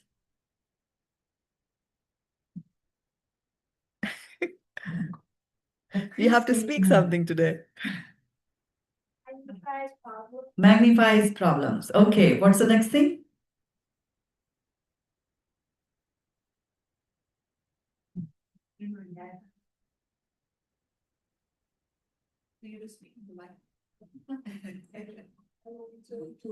Imagines pleasure. Very good. And third? Neglects opportunities. Neglects opportunities. And what was the fourth? Denies the reality. So you'll remember now? Mind, the 4 things. Okay. So tomorrow, when the mind starts to trouble you, okay, on the way back. So the mind is like a monkey. And there is a Sanskrit verse that says markat. Markat in Sanskrit means a monkey. Okay, Markatasya surapanam tasya vrichudancharam tanmadde bhutam sancharam yata tada bhavishyati. So he's saying it's equating the mind to a monkey. Because the monkey goes from here to there, the mind also goes from here to there. It's so fickle, right? Like your mom says, go sit down and read. The moment you open the book, the mind has already gone into the storybook. So fickle. Then you have to pull it back, still read, again it'll go. So like the monkey jumping here to there, to there, to there. So imagine the monkey is such a naughty creature. And you imagine that Markatasya surapanam, if you give some alcohol to the monkey, what's going to happen? How much more is the monkey going to jump from this place to that place, right? Markatasya surapanam tachivrichudanchanam. After that, if a Scorpio goes and bites the monkey, what's going to happen? Already he's drunk, and then a scorpion is biting, then he'll jump even higher. Right? Markatasya surapanam tachivrichudan. Tanmate bhutam sanchara, and then a ghost comes inside the body of the monkey. He says that situation, that kind of jumping, that kind of movement, that is the mind. That is the mind that we are living with. And it is with us. There is a astin ka saap. It is our enemy. And it is within us. So we have to fight the enemy. Enemies outside are easy. They are visible. You can do something about them. You can stay away from them. But what to do with something which is already inside you? Okay? So the good news is that mind is not just your enemy. Mind is your frenemy. It's a word.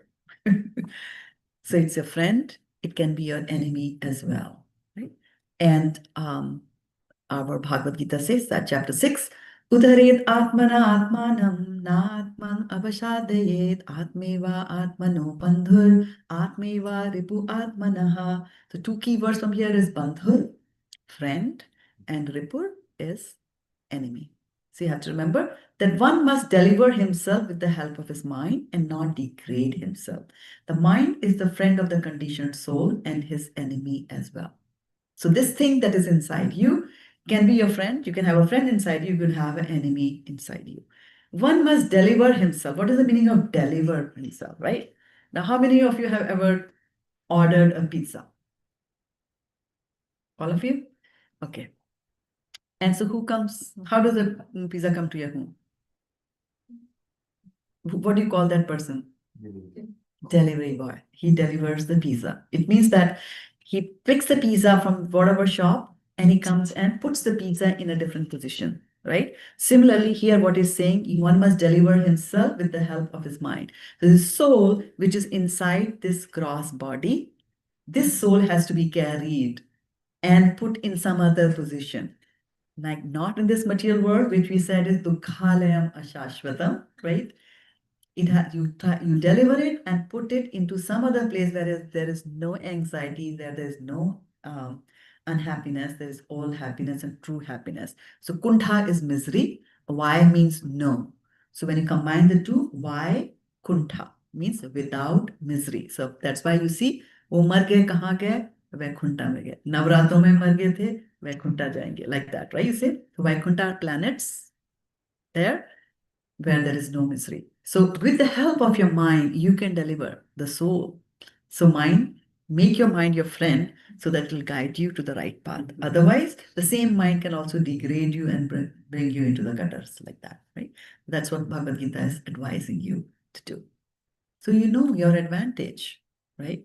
You know your advantage. You are already in a human body. You know who I am. I am the soul, okay? I am not this body. I have this mind which troubles me. What do I do now, right? So you have an advantage, and Bhagavad Gita tells you. Indriyani paranyahur indrebhya paramam manaha manastastu para buddhi yo buddhe parastastu saha. So he's saying that working senses are superior to the dull matter. What does it mean? It means you take this mouse, right? It is dull matter because the mouse cannot speak, cannot move, cannot eat. It is dull. I put it here, it has to stay there, right?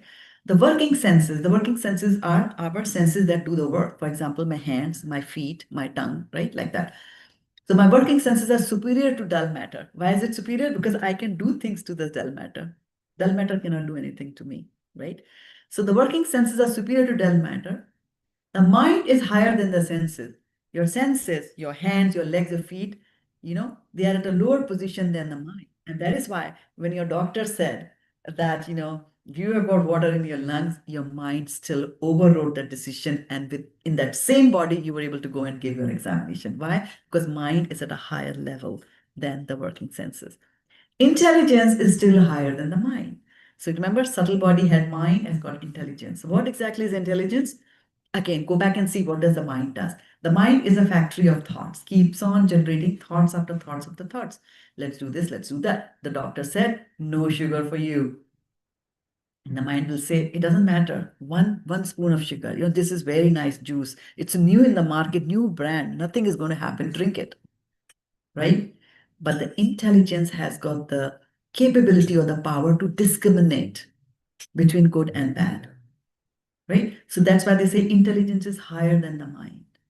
So mind will produce a thought. It's just a factory. It'll keep on producing good, bad, good, bad, good, bad. That's it. But the intelligence is the QA engineer there saying, okay, this is bad, this is good, this is bad, this is good, right? And then he, the soul, is even higher than the intelligence. Now we have moved from the material. Gross body is material, subtle body is also material, by the way. Both of them are Dukhalaya and Shashvatam. But the soul is not material, it is transcendental, it is divine. It is not ashashvatam, it lives forever. There's no birth, no death for the soul, right? The soul is even higher than the intelligence. So sometimes if these senses, which also includes the mind, which is the sixth sense, if all these senses work together as a team and the mind is saying, let's have that alcohol, and intelligence say that, oh, but what about the doctor said that you have liver cancer? But, oh, let's try just once. Even if that happens, the soul still has the power of veto and says, no, I'm not going to do it, right? So you are the soul. This is your advantage that amongst all these things, you are at the highest level and you can make the decision. You have the power of veto, right? How you have that in those organizations where NATO nations have got veto power there, right?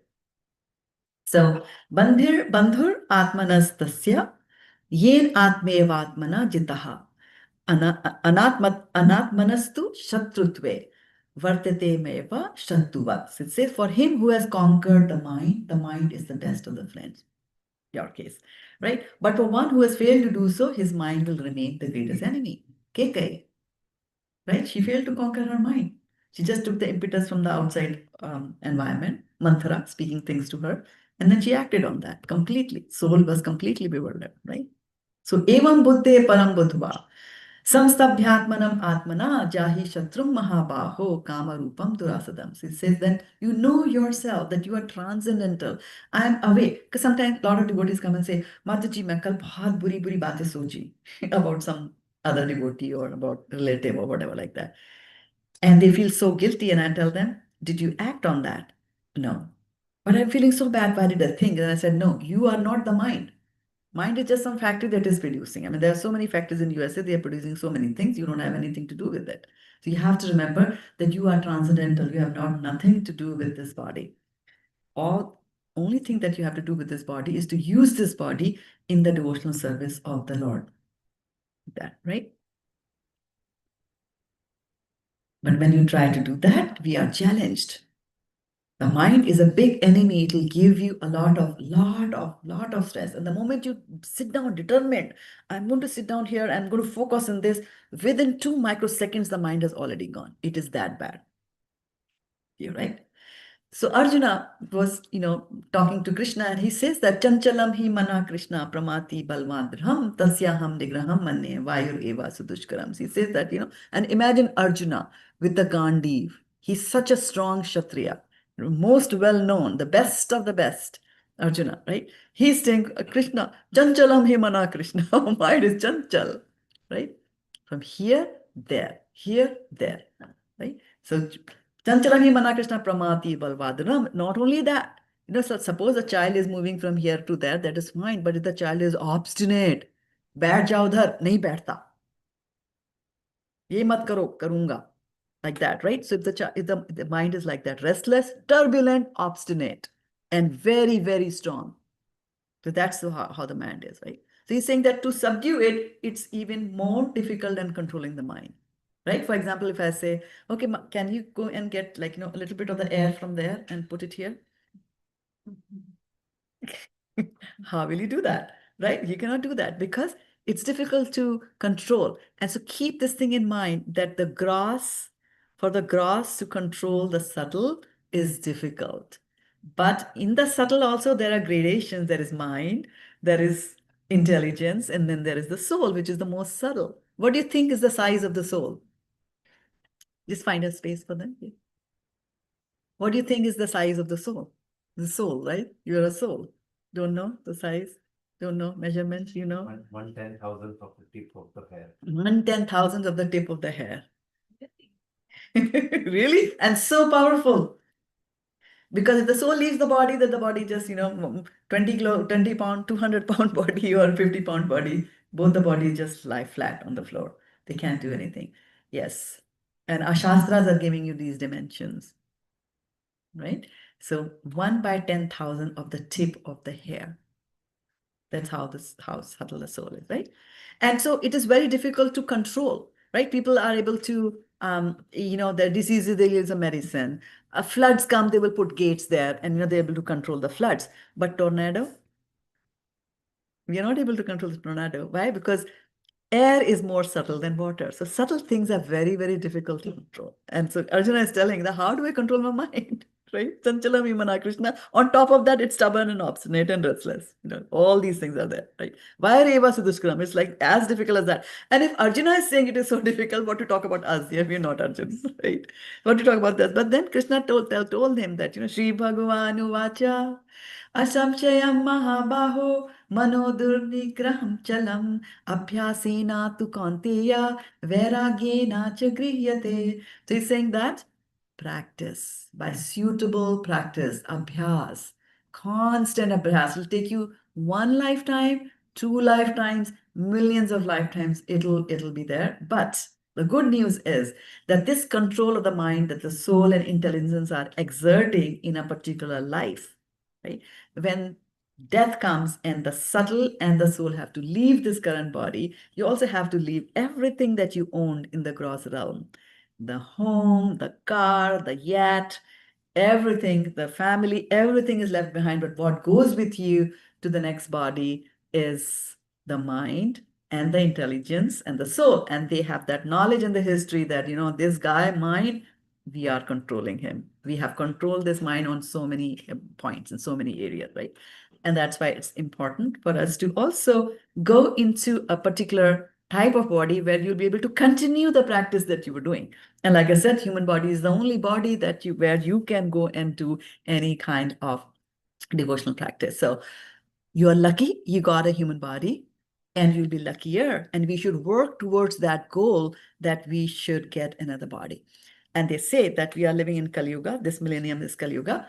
And in this Kali Yuga, even if you take the name of the Lord once, because the things are so bad in this Kali Yuga, that if a person thinks about Lord and takes the name of the Lord only even once, he is guaranteed he'll get a human body.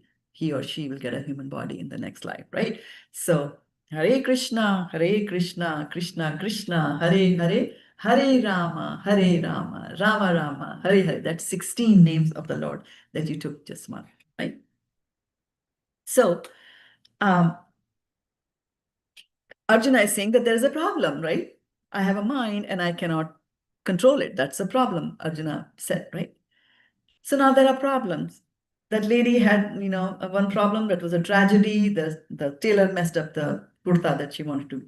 Different people have different problems in life. You have problems with people, problem with the job, their health problems and financial problems, and different kinds of problems. But what is a real problem? Something might be a problem to this one, same thing might not be a problem to the other one, right? So what exactly is a problem?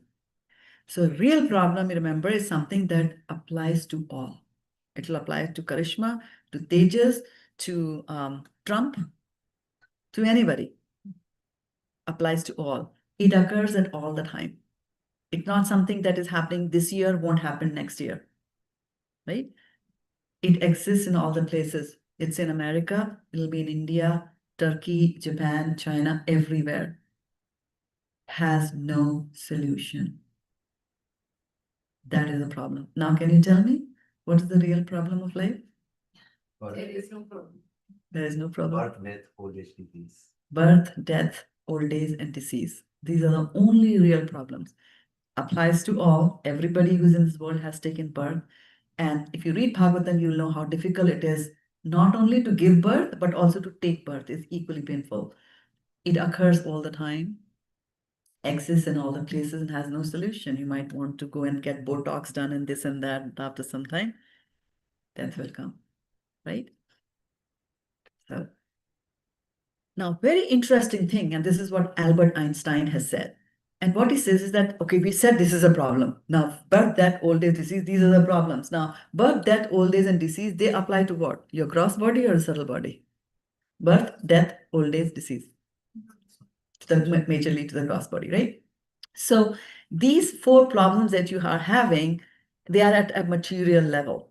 And Albert Einstein says that no problem can be solved from the same level of consciousness that created it. Now, I'll give you an example. A small child is playing with a bottle of ink, drops the ink, right? And then will cry. The child does not know how to solve this problem now. Either a mother has to come and wipe everything clean, right? Similarly, you cannot tie the shoelaces. I remember, when we had to go to school, we used to have shoelaces. Those days, pumps were not there. So you need to have those laces. The laces kept on opening, and I was completely bewildered. I never knew how to tie my laces. But then my elder sister used to come and she would tie the laces for me. Why? Because my consciousness is at a slower level, and see how the mind goes there very quickly to who is at the door, what is that happening? This is Chanchalam Bhimana Krishna. So, and doesn't come back. So the consciousness which is used to solve a particular problem has to be at a higher level. So now these four problems that we are seeing here, they are at the material level. So these four problems cannot be solved. They cannot be solved through any material means. There will not be guaranteed, there will not be medicine or a tablet or a capsule created that you will eat and you will not die because of that, or you will not grow old, or you will not be forced to take a death birth, or you will not have diseases. That's what is happening. There was smallpox, and then they eradicated smallpox, and then so many new diseases are coming. So you eradicate one disease, another disease comes up. We are trying to solve problems, material problems. We are trying to solve them materially, but that's not going to help you at all. Albert Einstein has said that. So if this problem is there, of birth, death, old age, and disease, which is at the material level, you have to transcend that material boundary and go over to the other side. Other side is where divinity is, right? And that is when you realize in your life that there are four problems, then enter divinity, which is also known as God, or we call as Krishna. Kaler dosha nidhe rajan, asti hi eko mahan guna, kirtanad eva krishnasya, mukta sangha param prajet. So he says, Kaler dosha nidhe rajan. So this is Sukhdev Goswami, who has spoken the Srimad Bhagavatam. He's talking to Parikshit Maharaj. And he's saying that, hey, king, this is Kali Yuga, is just about to start. And in this Kali Yuga, it is full of faults. Lots of bad things happen in the Kali Yuga, but there is only one good thing in this Kali Yuga. Do you want to know what is the good thing? There you go. Kirtanad eva Krishnasya. Doing the kirtan of Krishna is the one good thing. And why is it one good thing? Because just by doing kirtan of Krishna, you will get out of this cycle of birth and death in this material world. You will transcend the boundary of birth, death, old age, and disease. Only you just have to do that. In Satyuga, people live for a very long time, 100,000 years. And they will be doing meditation for 60,000 years. Right? And still they might not get liberated, and still they might not go back to Krishna. Right?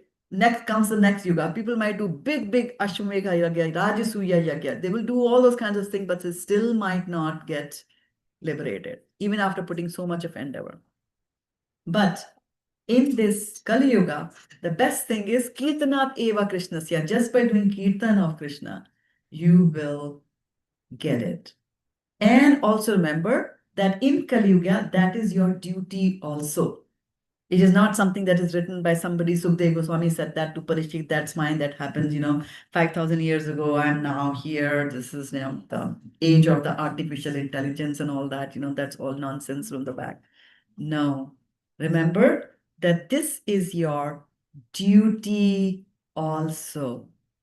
It is your duty to take the names of the Lord. It's your duty to do worship of the Lord, right?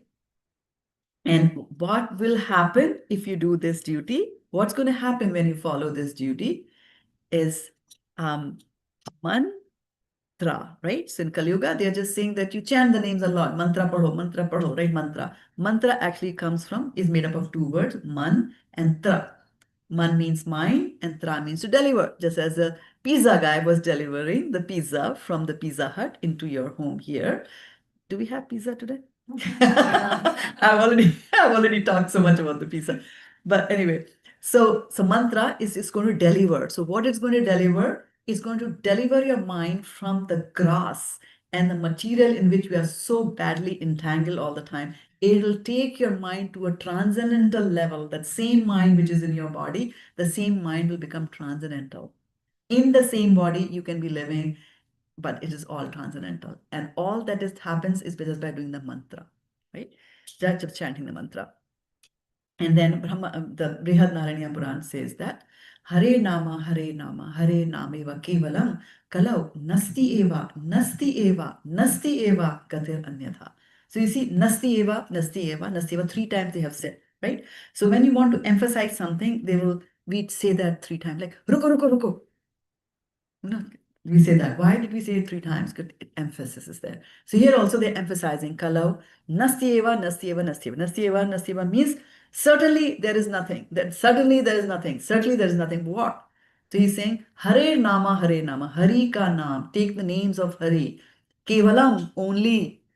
Right? Naam Eva Kevalam. Just take the names of Lord Kalau. In this Nasti Eva, Nasti Eva. What is there? Nothing. Gatir Anyatha. There is no other way, no other way, no other way to go back to Godhead rather than just taking the names of the Lord. So let's take the names of the Lord. Hare Krishna, Krishna Krishna, Hare Hare, Hare Rama, Rama Rama, Hare Hare. Okay, so we should always chant. And when you are hearing, remember, when you are chanting, remember to hear that also. And why do we say you hear that also? Because when you're chanting the names of the Lord, it's not a material vibration.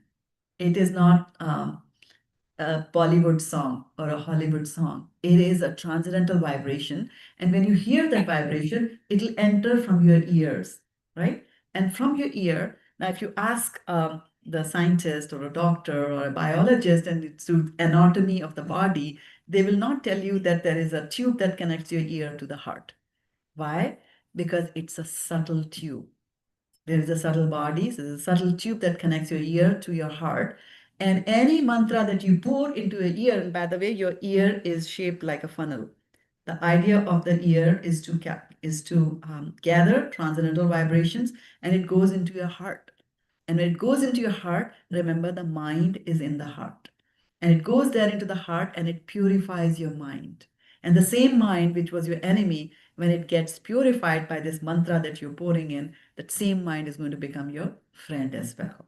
And then it is going to tell you good things and say, well, let's do this, let's do that, let's have a katha, let's read Srimad Bhagavatam and all that, right? So it's very important for you to also hear what you're speaking. And so no courtesy japa or conversational japa or taking of the names of the Lord, that you have the rosary in your hands and Hare Krishna, Hare Krishna. तो हाँ बताओ वो साड़ी कहाँ से ली है, अच्छी लग रही है. Hare Krishna, Hare Krishna, Krishna Krishna, Hare Hare, Hare Ram, Ram. Not like this. अच्छा रुक दिया हाँ फिर. अच्छा हाँ Hare Krishna, Krishna Krishna, Hare Hare. No, like that. You have to hear. Okay, and the reason behind this is that the mind can do only one thing at a time. Only one thing at a time. And when it is hearing, it has to hear. It can't go anyplace else. It'll try to go to other places, but then remember, you are the soul, you are higher than the mind, and you can control the mind. Even if it goes, bring it back. Even if it goes, bring it back. Don't feel bad. And Krishna had told Arjuna, Abhyas. You do practice. Practice again and again, again and again, again and again, like that. Okay. So we'll stop here. If there are any questions, we'll take questions, or I'll defer to Karishma, who's our lovely hostess today, as to what's next in the plans. You want to take questions over dinner, we can do Questions, that yeah. as well. Yeah. I'm here for you. Shraddha Mataji is the right person to answer anything and everything. Everything. You can ask anything, but I might not answer everything.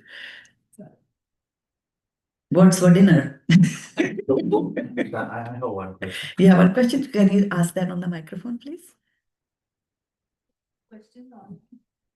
Are there any questions online? I'll have to check here and see. But yeah, go ahead. So the bad impressions that are in the mind, Hmm. I understand chanting the holy name will Mhm. eventually wipe them out. Mhm. But how do we get the kickstart there? Right? Yeah. It looks like a very difficult thing to do when Yes. you are. It depends on how much trouble you are in. Like some people can do it, some people cannot just come out of it. So Yeah. what do we do there? Pray. Prayers help a lot. There's a lot in the power of prayers. So one of the verses that we did was Dukhalayam Ashashvatam, right? He's saying that Mahatmanas, that the Mahatmas, they worship Krishna and they go back, but they go out of this Dukhalayam Ashashvatam, this place which is a place of misery, right? Before that verse that we took in the Bhagavad Gita, there were other verses that he was telling that, Mam Anusmara Yudhisa, think about me all the time and, focus your mind on me. And also the 8th chapter talks a lot about that. And so what happens is that in the beginning, Adau Shraddha, in the beginning, there is a little bit of faith. Somehow you get the faith. Now, faith can come from different places. Sometimes the faith comes from previous birth, right? And that is called Swabhaviki faith, that you got it because you are carrying it forward from your subtle brain. So it's yours, Swabhaviki. And then you start because of that faith, you seek out similar people, right? Because there are people who might be bungee jumping at this time, right? You're not doing bungee jumping. You're sitting here in this class. Why? Similar thought mindset is there. So you start to reach out to people who are of the similar, the sadhu sangha. You try to get sadhu sangha. What happens from the sadhu sangha is that you might find that there are people who have such strong faith that by associating with them, your faith will also become stronger. So faith comes either from inside, Swabhaviki, or it can even come from outside by being in association. That's why they always say sadhu sangha, satsang karo. Why do they say satsang karo? Apne kamre mein baith ke kyun nahi karo? When you're sitting alone in your room, who else is with you in the room? When you're sitting in the room, who else is there? Your mind is there, correct, right? Your mind is there in the room with you. So there is no such place as where you can be really alone. If you really want to make sure this mind doesn't do anything to you, go sit next to a devotee, right? Say, let's read the Bhagavad Gita. Those transcendental vibrations, and then it is a slow process, right? Now, what we need is some mercy. Mercy will also help, right? Mercy is when you don't deserve anything and you get it. That is mercy or grace of the Lord, right? So kripa, as we call it. So how will you get mercy? So you get mercy from the Vaishnavas. That's why we sang that song for the Vaishnavas, right? The Hari Haraya Nama Krishna, Yadavaya Nama, right? So we were paying obeisance to the 6 Goswamis. We want their mercy. How will you get the mercy of the Vaishnavas? By pleasing them. How will you please the Vaishnavas? By serving them, right? So seva is also very important, right? So sadhu sangha is important, seva is important, and then abhyas is also important. And if none of those are working, because of the big backlog that we have, right? And these backlogs can get cleared very easily also, right? And who can clear that? And there's a verse from Brahma Samhita that says that Yasta Indra Gopam Athavendra Aho Sakarma Bandhani. So it says that Phalam Atanoti. He says that right from the tiny insect called Indra Gopa, it is a tiny insect, red in color, little velvety. You might have seen in India. So that we used to play as kids, right? It's called Indragopa. So even a tiny insect like Indragopa, and all the way up to Indra, who is the king of the heavenly planets, all of them have got karmic reactions and they will suffer the karmic reactions.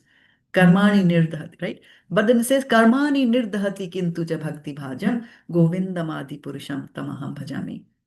So if there is a document right? And there is some secret written in this document. And I want to hide this from the rest of the world. Okay? How do I hide it? One way that I hide it is I'll put it in a box and put a lock on it. I'm hiding it from the government. So the government comes for a raid in your house, opens the box and will take it away. So not very good, right? Then you say, okay, let me shred it to pieces. I'll shred it and I'll throw it in the trash can, right? Guess what? There are spies and sleuths who can pick each and every little piece of paper. They'll set it aside here on a table and they will reconstruct the whole thing from the shreds bits that you have made. Right? How about I burn it? Right? Once I burn it to ashes, then it's gone. Nobody can create. Most of the 99.999% of people cannot create things out of ashes, right? So it's gone. So burning something, if you want to get rid of something, it has to be burned. So karmani nirdahati. So all your karmic reaction, nirdahati. Nirdahati means daha sanskar hota na, aag lagana, daha is to burn. Karmani nirdahati kintu cha bhakti bhajam. So from bhakti, all your karmic reactions are burnt. Burnt means it's gone.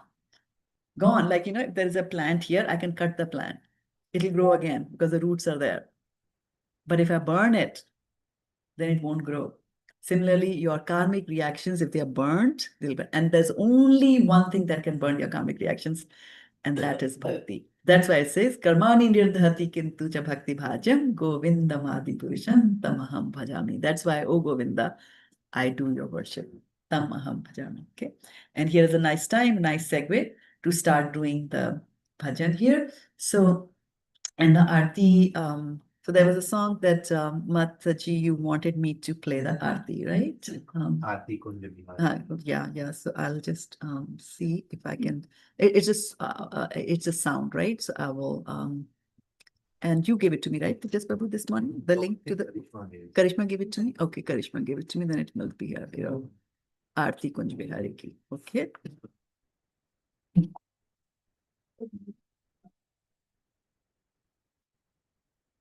Okay, so I'll ask the host and the hostess to start and lead the Aarti here, and all of you can slowly form a line. And so we will do this Aarti. Once the Aarti is over, I will continue with another bhajan and you can all continue the bhajan. That sounds okay? Yeah. Okay. And let me know when you want to start and then I will start. Yeah.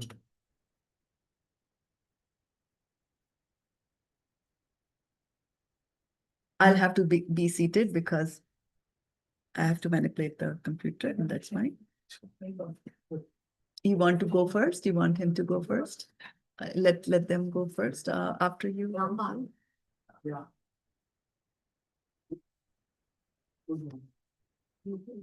So far, so good.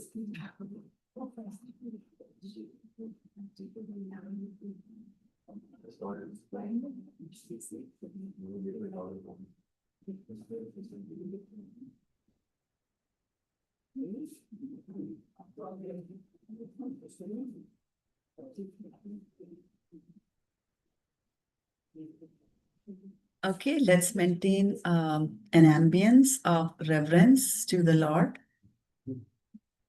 We are beginning to offer Aarti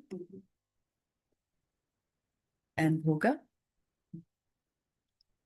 Very nice. So she will be offering the 5 elements, sound, through the song that we'll do. She's going to offer smell through the agarbatti. She's going to offer fire through the diya that she's using. She's offering earth through the food that she's offering. So she's offering the Panchbhutas there. Let me know.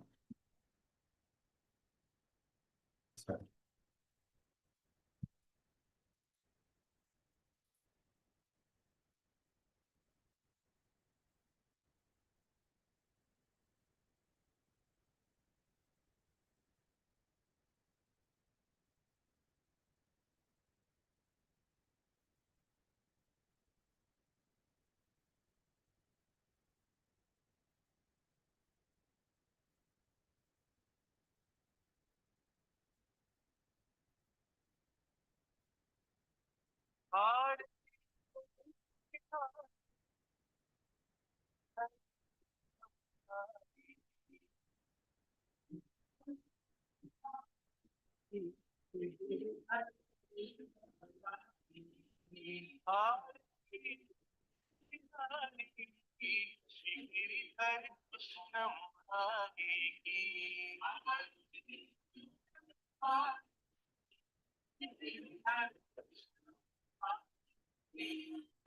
में बैजन की माला बजावे मुरली मधुर बाला श्रवण में कुंडल काला नंद के काला गण समान काली काली राधिका चमक रही आली तन में खाड़े बनमाली कमर सी कस्तूरी तिलक चंद्र सी झलक ललित छवि श्यामा प्यारी की श्री गिरिधर मुरारी की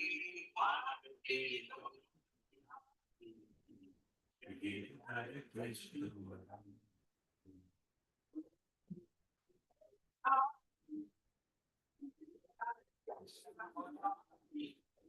कनकमय मोरम से देवता दर्शन को तरसे गगन सो सुमन राशि बरसे बजे मुरचंग मधुर मृदंग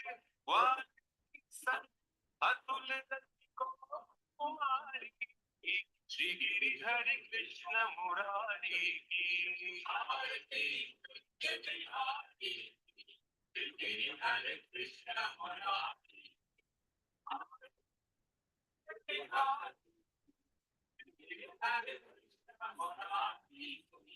जहाते प्रकट भई गंगा सकल मलहारिणी श्री गंगा स्मरण ते होत मोह भंगा वसी शिवसी जटा के बीच हरे अघ की चरण छवि श्री बनवारी की श्री गिरिधर कृष्ण मुरारी की आरती कुंज बिहारी की श्री गिरिधर कृष्ण मुरारी की आरती बिहारी की श्री गिरिधर कृष्ण मुरारी चमकती उज्ज्वल तटरे बच रही वृंदावन बेनु जहूं किसी को पिग्वाल देनु हसत मृदुमंद चांदनी चंद कटत भव भंग तेज सुनु दीन कुमारी की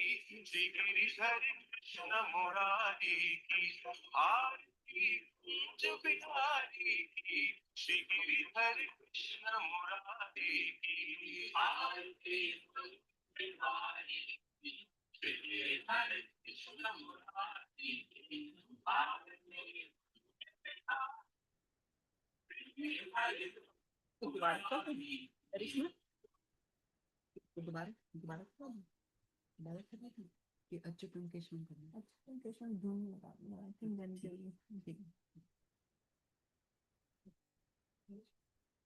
Watch what magnesium does to your bowels. If you have to wipe more than 4 times after you poop, here's why. The Mayo Clinic.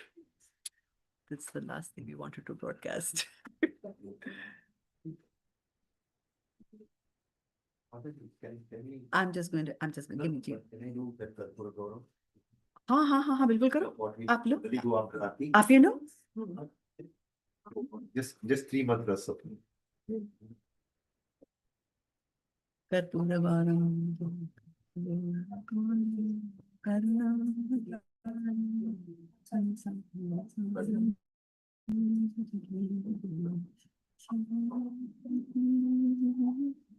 Purgauram Karunavataram धीरे धीरे Saram Bhujagendraharam Sada Vasastam Hridayarvinde Bhavam Bhavani Sahitam Namami Mangalam Bhagwan Vishnu Mangalam Garudatvaja Mangalam Pundarikaksha Mangalayatano Hari Sarva Mangal Mangalye Shive Sarvartha Sadhike Sharani Trambake Gauri Narayani Namostute Narayani Namostute Narayani Namostute Mukam Karoti Vachalam Pambulandayate Yakrupa Tamam Mate Paramananda Madhav. Hare Krishna Krishna Krishna. Aarti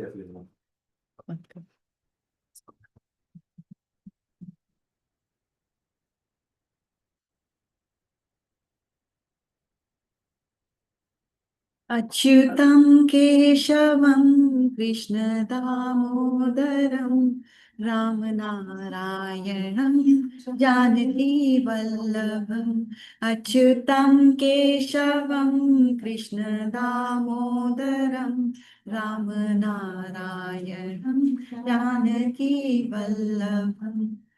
कौन कहते हैं भगवान आते नहीं कौन कहते हैं भगवान आते नहीं तुम मीरा के जैसे बुलाते नहीं तुम मीरा के जैसे बुलाते नहीं अच्युतं केशवं कृष्ण दामोदरं राम नारायणं जानकी वल्लभ कौन कहते हैं भगवान सोते नहीं कौन कहते हैं भगवान सोते नहीं माँ यशोदा के जैसे सुलाते नहीं माँ यशोदा के जैसे सुलाते नहीं अच्युतं केशवं कृष्ण दामोदरं राम नारायणं जानकी वल्लभम् कौन कहते हैं भगवान नाचते नहीं कौन कहते हैं भगवान नाचते नहीं गोपियों की तरह तुम नचाते नहीं गोपियों की तरह तुम नचाते नहीं अच्युतं केशवं कृष्ण दामोदरं राम नारायणं जानकी वल्लभम् नाम जपते चलो काम करते चलो हर समय कृष्ण का ध्यान करते चलो नाम जपते चलो काम करते चलो हर समय कृष्ण का ध्यान करते चलो अच्युतं केशवं कृष्ण दामोदरं राम नारायणं जानकी वल्लभम् अच्युतं केशवं कृष्ण दामोदरं राम नारायणं जानकी वल्लभम् याद आएगी उनको कभी ना कभी कृष्णा दर्शन तो देंगे कभी ना कभी याद आएगी उनको कभी ना कभी कृष्ण दर्शन तो देंगे कभी ना कभी अच्युतं केशवं कृष्ण दामोदरं राम नारायणं जानकी वल्लभम् अच्युतं केशवं कृष्ण दामोदरं राम नारायणं जानकी वल्लभम् हरे Krishna Krishna Krishna Hare Hare Hare Ram Ram Ram Hare Hare. Thank you so much, dear devotees, for joining us today. And once again, thank you, Tejas Prabhu and Karishma Mataji, for opening your home and your hearts. I think Prasadam is next, okay? So we'll just take a moment. We won't do the long Prasadam prayer. Do we do that? Okay, so just repeat after me. It's a good thing that Prasad is the mercy of Krishna. So we offered bhoga to Krishna and he has glanced at it. And by that glance, that food has become transcendental, it's not material. So when we take that food, it will have an effect on our body as well. So that's also one of the things. So Mahaprasade Govinde. Mahaprasade Govinde. I will keep on repeating. which will mean it'll be a delay till you get the lunch to dinner, unless I hear it really loud, like there are about 35 people in the room. Let's hear it for Krishna. Mahaprasade Govinde. Nam Brahmani Vaishnave. Swalpa Punyavatam Rajan. Swalpa Punyavatam Rajan. Vishwaso Navijayate. Vishwaso Naivajayate. Prasati Sarva Dukkhana. Prasade Sarva Hanirasya Bhamirasyopajanate. Prasanna Chetaso Hyashu. Prasanna Chetaso Yashu. Buddhi Paryavatishtate. Buddhihi Paryapatishtate. Bolo Shri Mahaprasadam Ki Jai. All glories to the assembled devotees. My obeisance to all of you. Vanchakalpatarubhyascha kripa sindhubhya evacha patitanam pavanebhyo vaishnavebhyo namo namaha. Gaur Premanande, Hari Hari Bol. So yeah, I would like to thank you, Shraddha Mataji, for taking time. I think it was very difficult for her to make so much time, but I think you were so gracious to take out the time. And I think we cannot be more fortunate than to invite you at our home and you come here. So please bless us, bless all of us, and please pray for us. Thank you so much. I'll definitely keep all of you in my prayers as I do. And it itself is a blessing. You came here, you heard Krishna Katha. I hope you're taking some things away that you will practice. And remember just one thing, that in this Kali Yuga, Hare Nama, Hare Nama, Hare Nama eva kevalam, kalau nasti eva, nasti eva, nasti eva, gatiranatha. There's no other way than to say, Hare Krishna. Krishna, Krishna, Hare Hare, Hare Rama, Hare Rama, Rama Rama, Hare Hare. I'll also. We have complimentary Bhagavad Gita here. Whoever wants to keep how many? You can compare. Please feel free to grab one. Grab one, take one. Thank you once again, Shraddha Mataji. Thank you. Tomorrow, again, it was a good reminder that everything is in mind. So we'll not forget that. You'll forget that. Yeah, and it's a very auspicious month of Damodar that is coming, starting on 7th of October. You could just take a little, make a little promise to yourself that start with, have goals which are very simple, measurable, and realistic and achievable. So you can say, okay, I'm just going to I'm going to just chant the Hare Krishna mantra one time a day. If you start just with that, it'll have its effect and it'll continue to increase and go. Anything that Krishna touches just magnifies and gets exploded. So just do that small thing. That's my prayer. And definitely, all blessings to all of you assembled here, all blessings to this house and all the people who live in this house. Hare Krishna. And thank you so much. Thank you, Rakesh, for taking your time for us and joining us today. It's not possible without your support. Thank you so much. Thank you, dear devotees who are watching us on Facebook and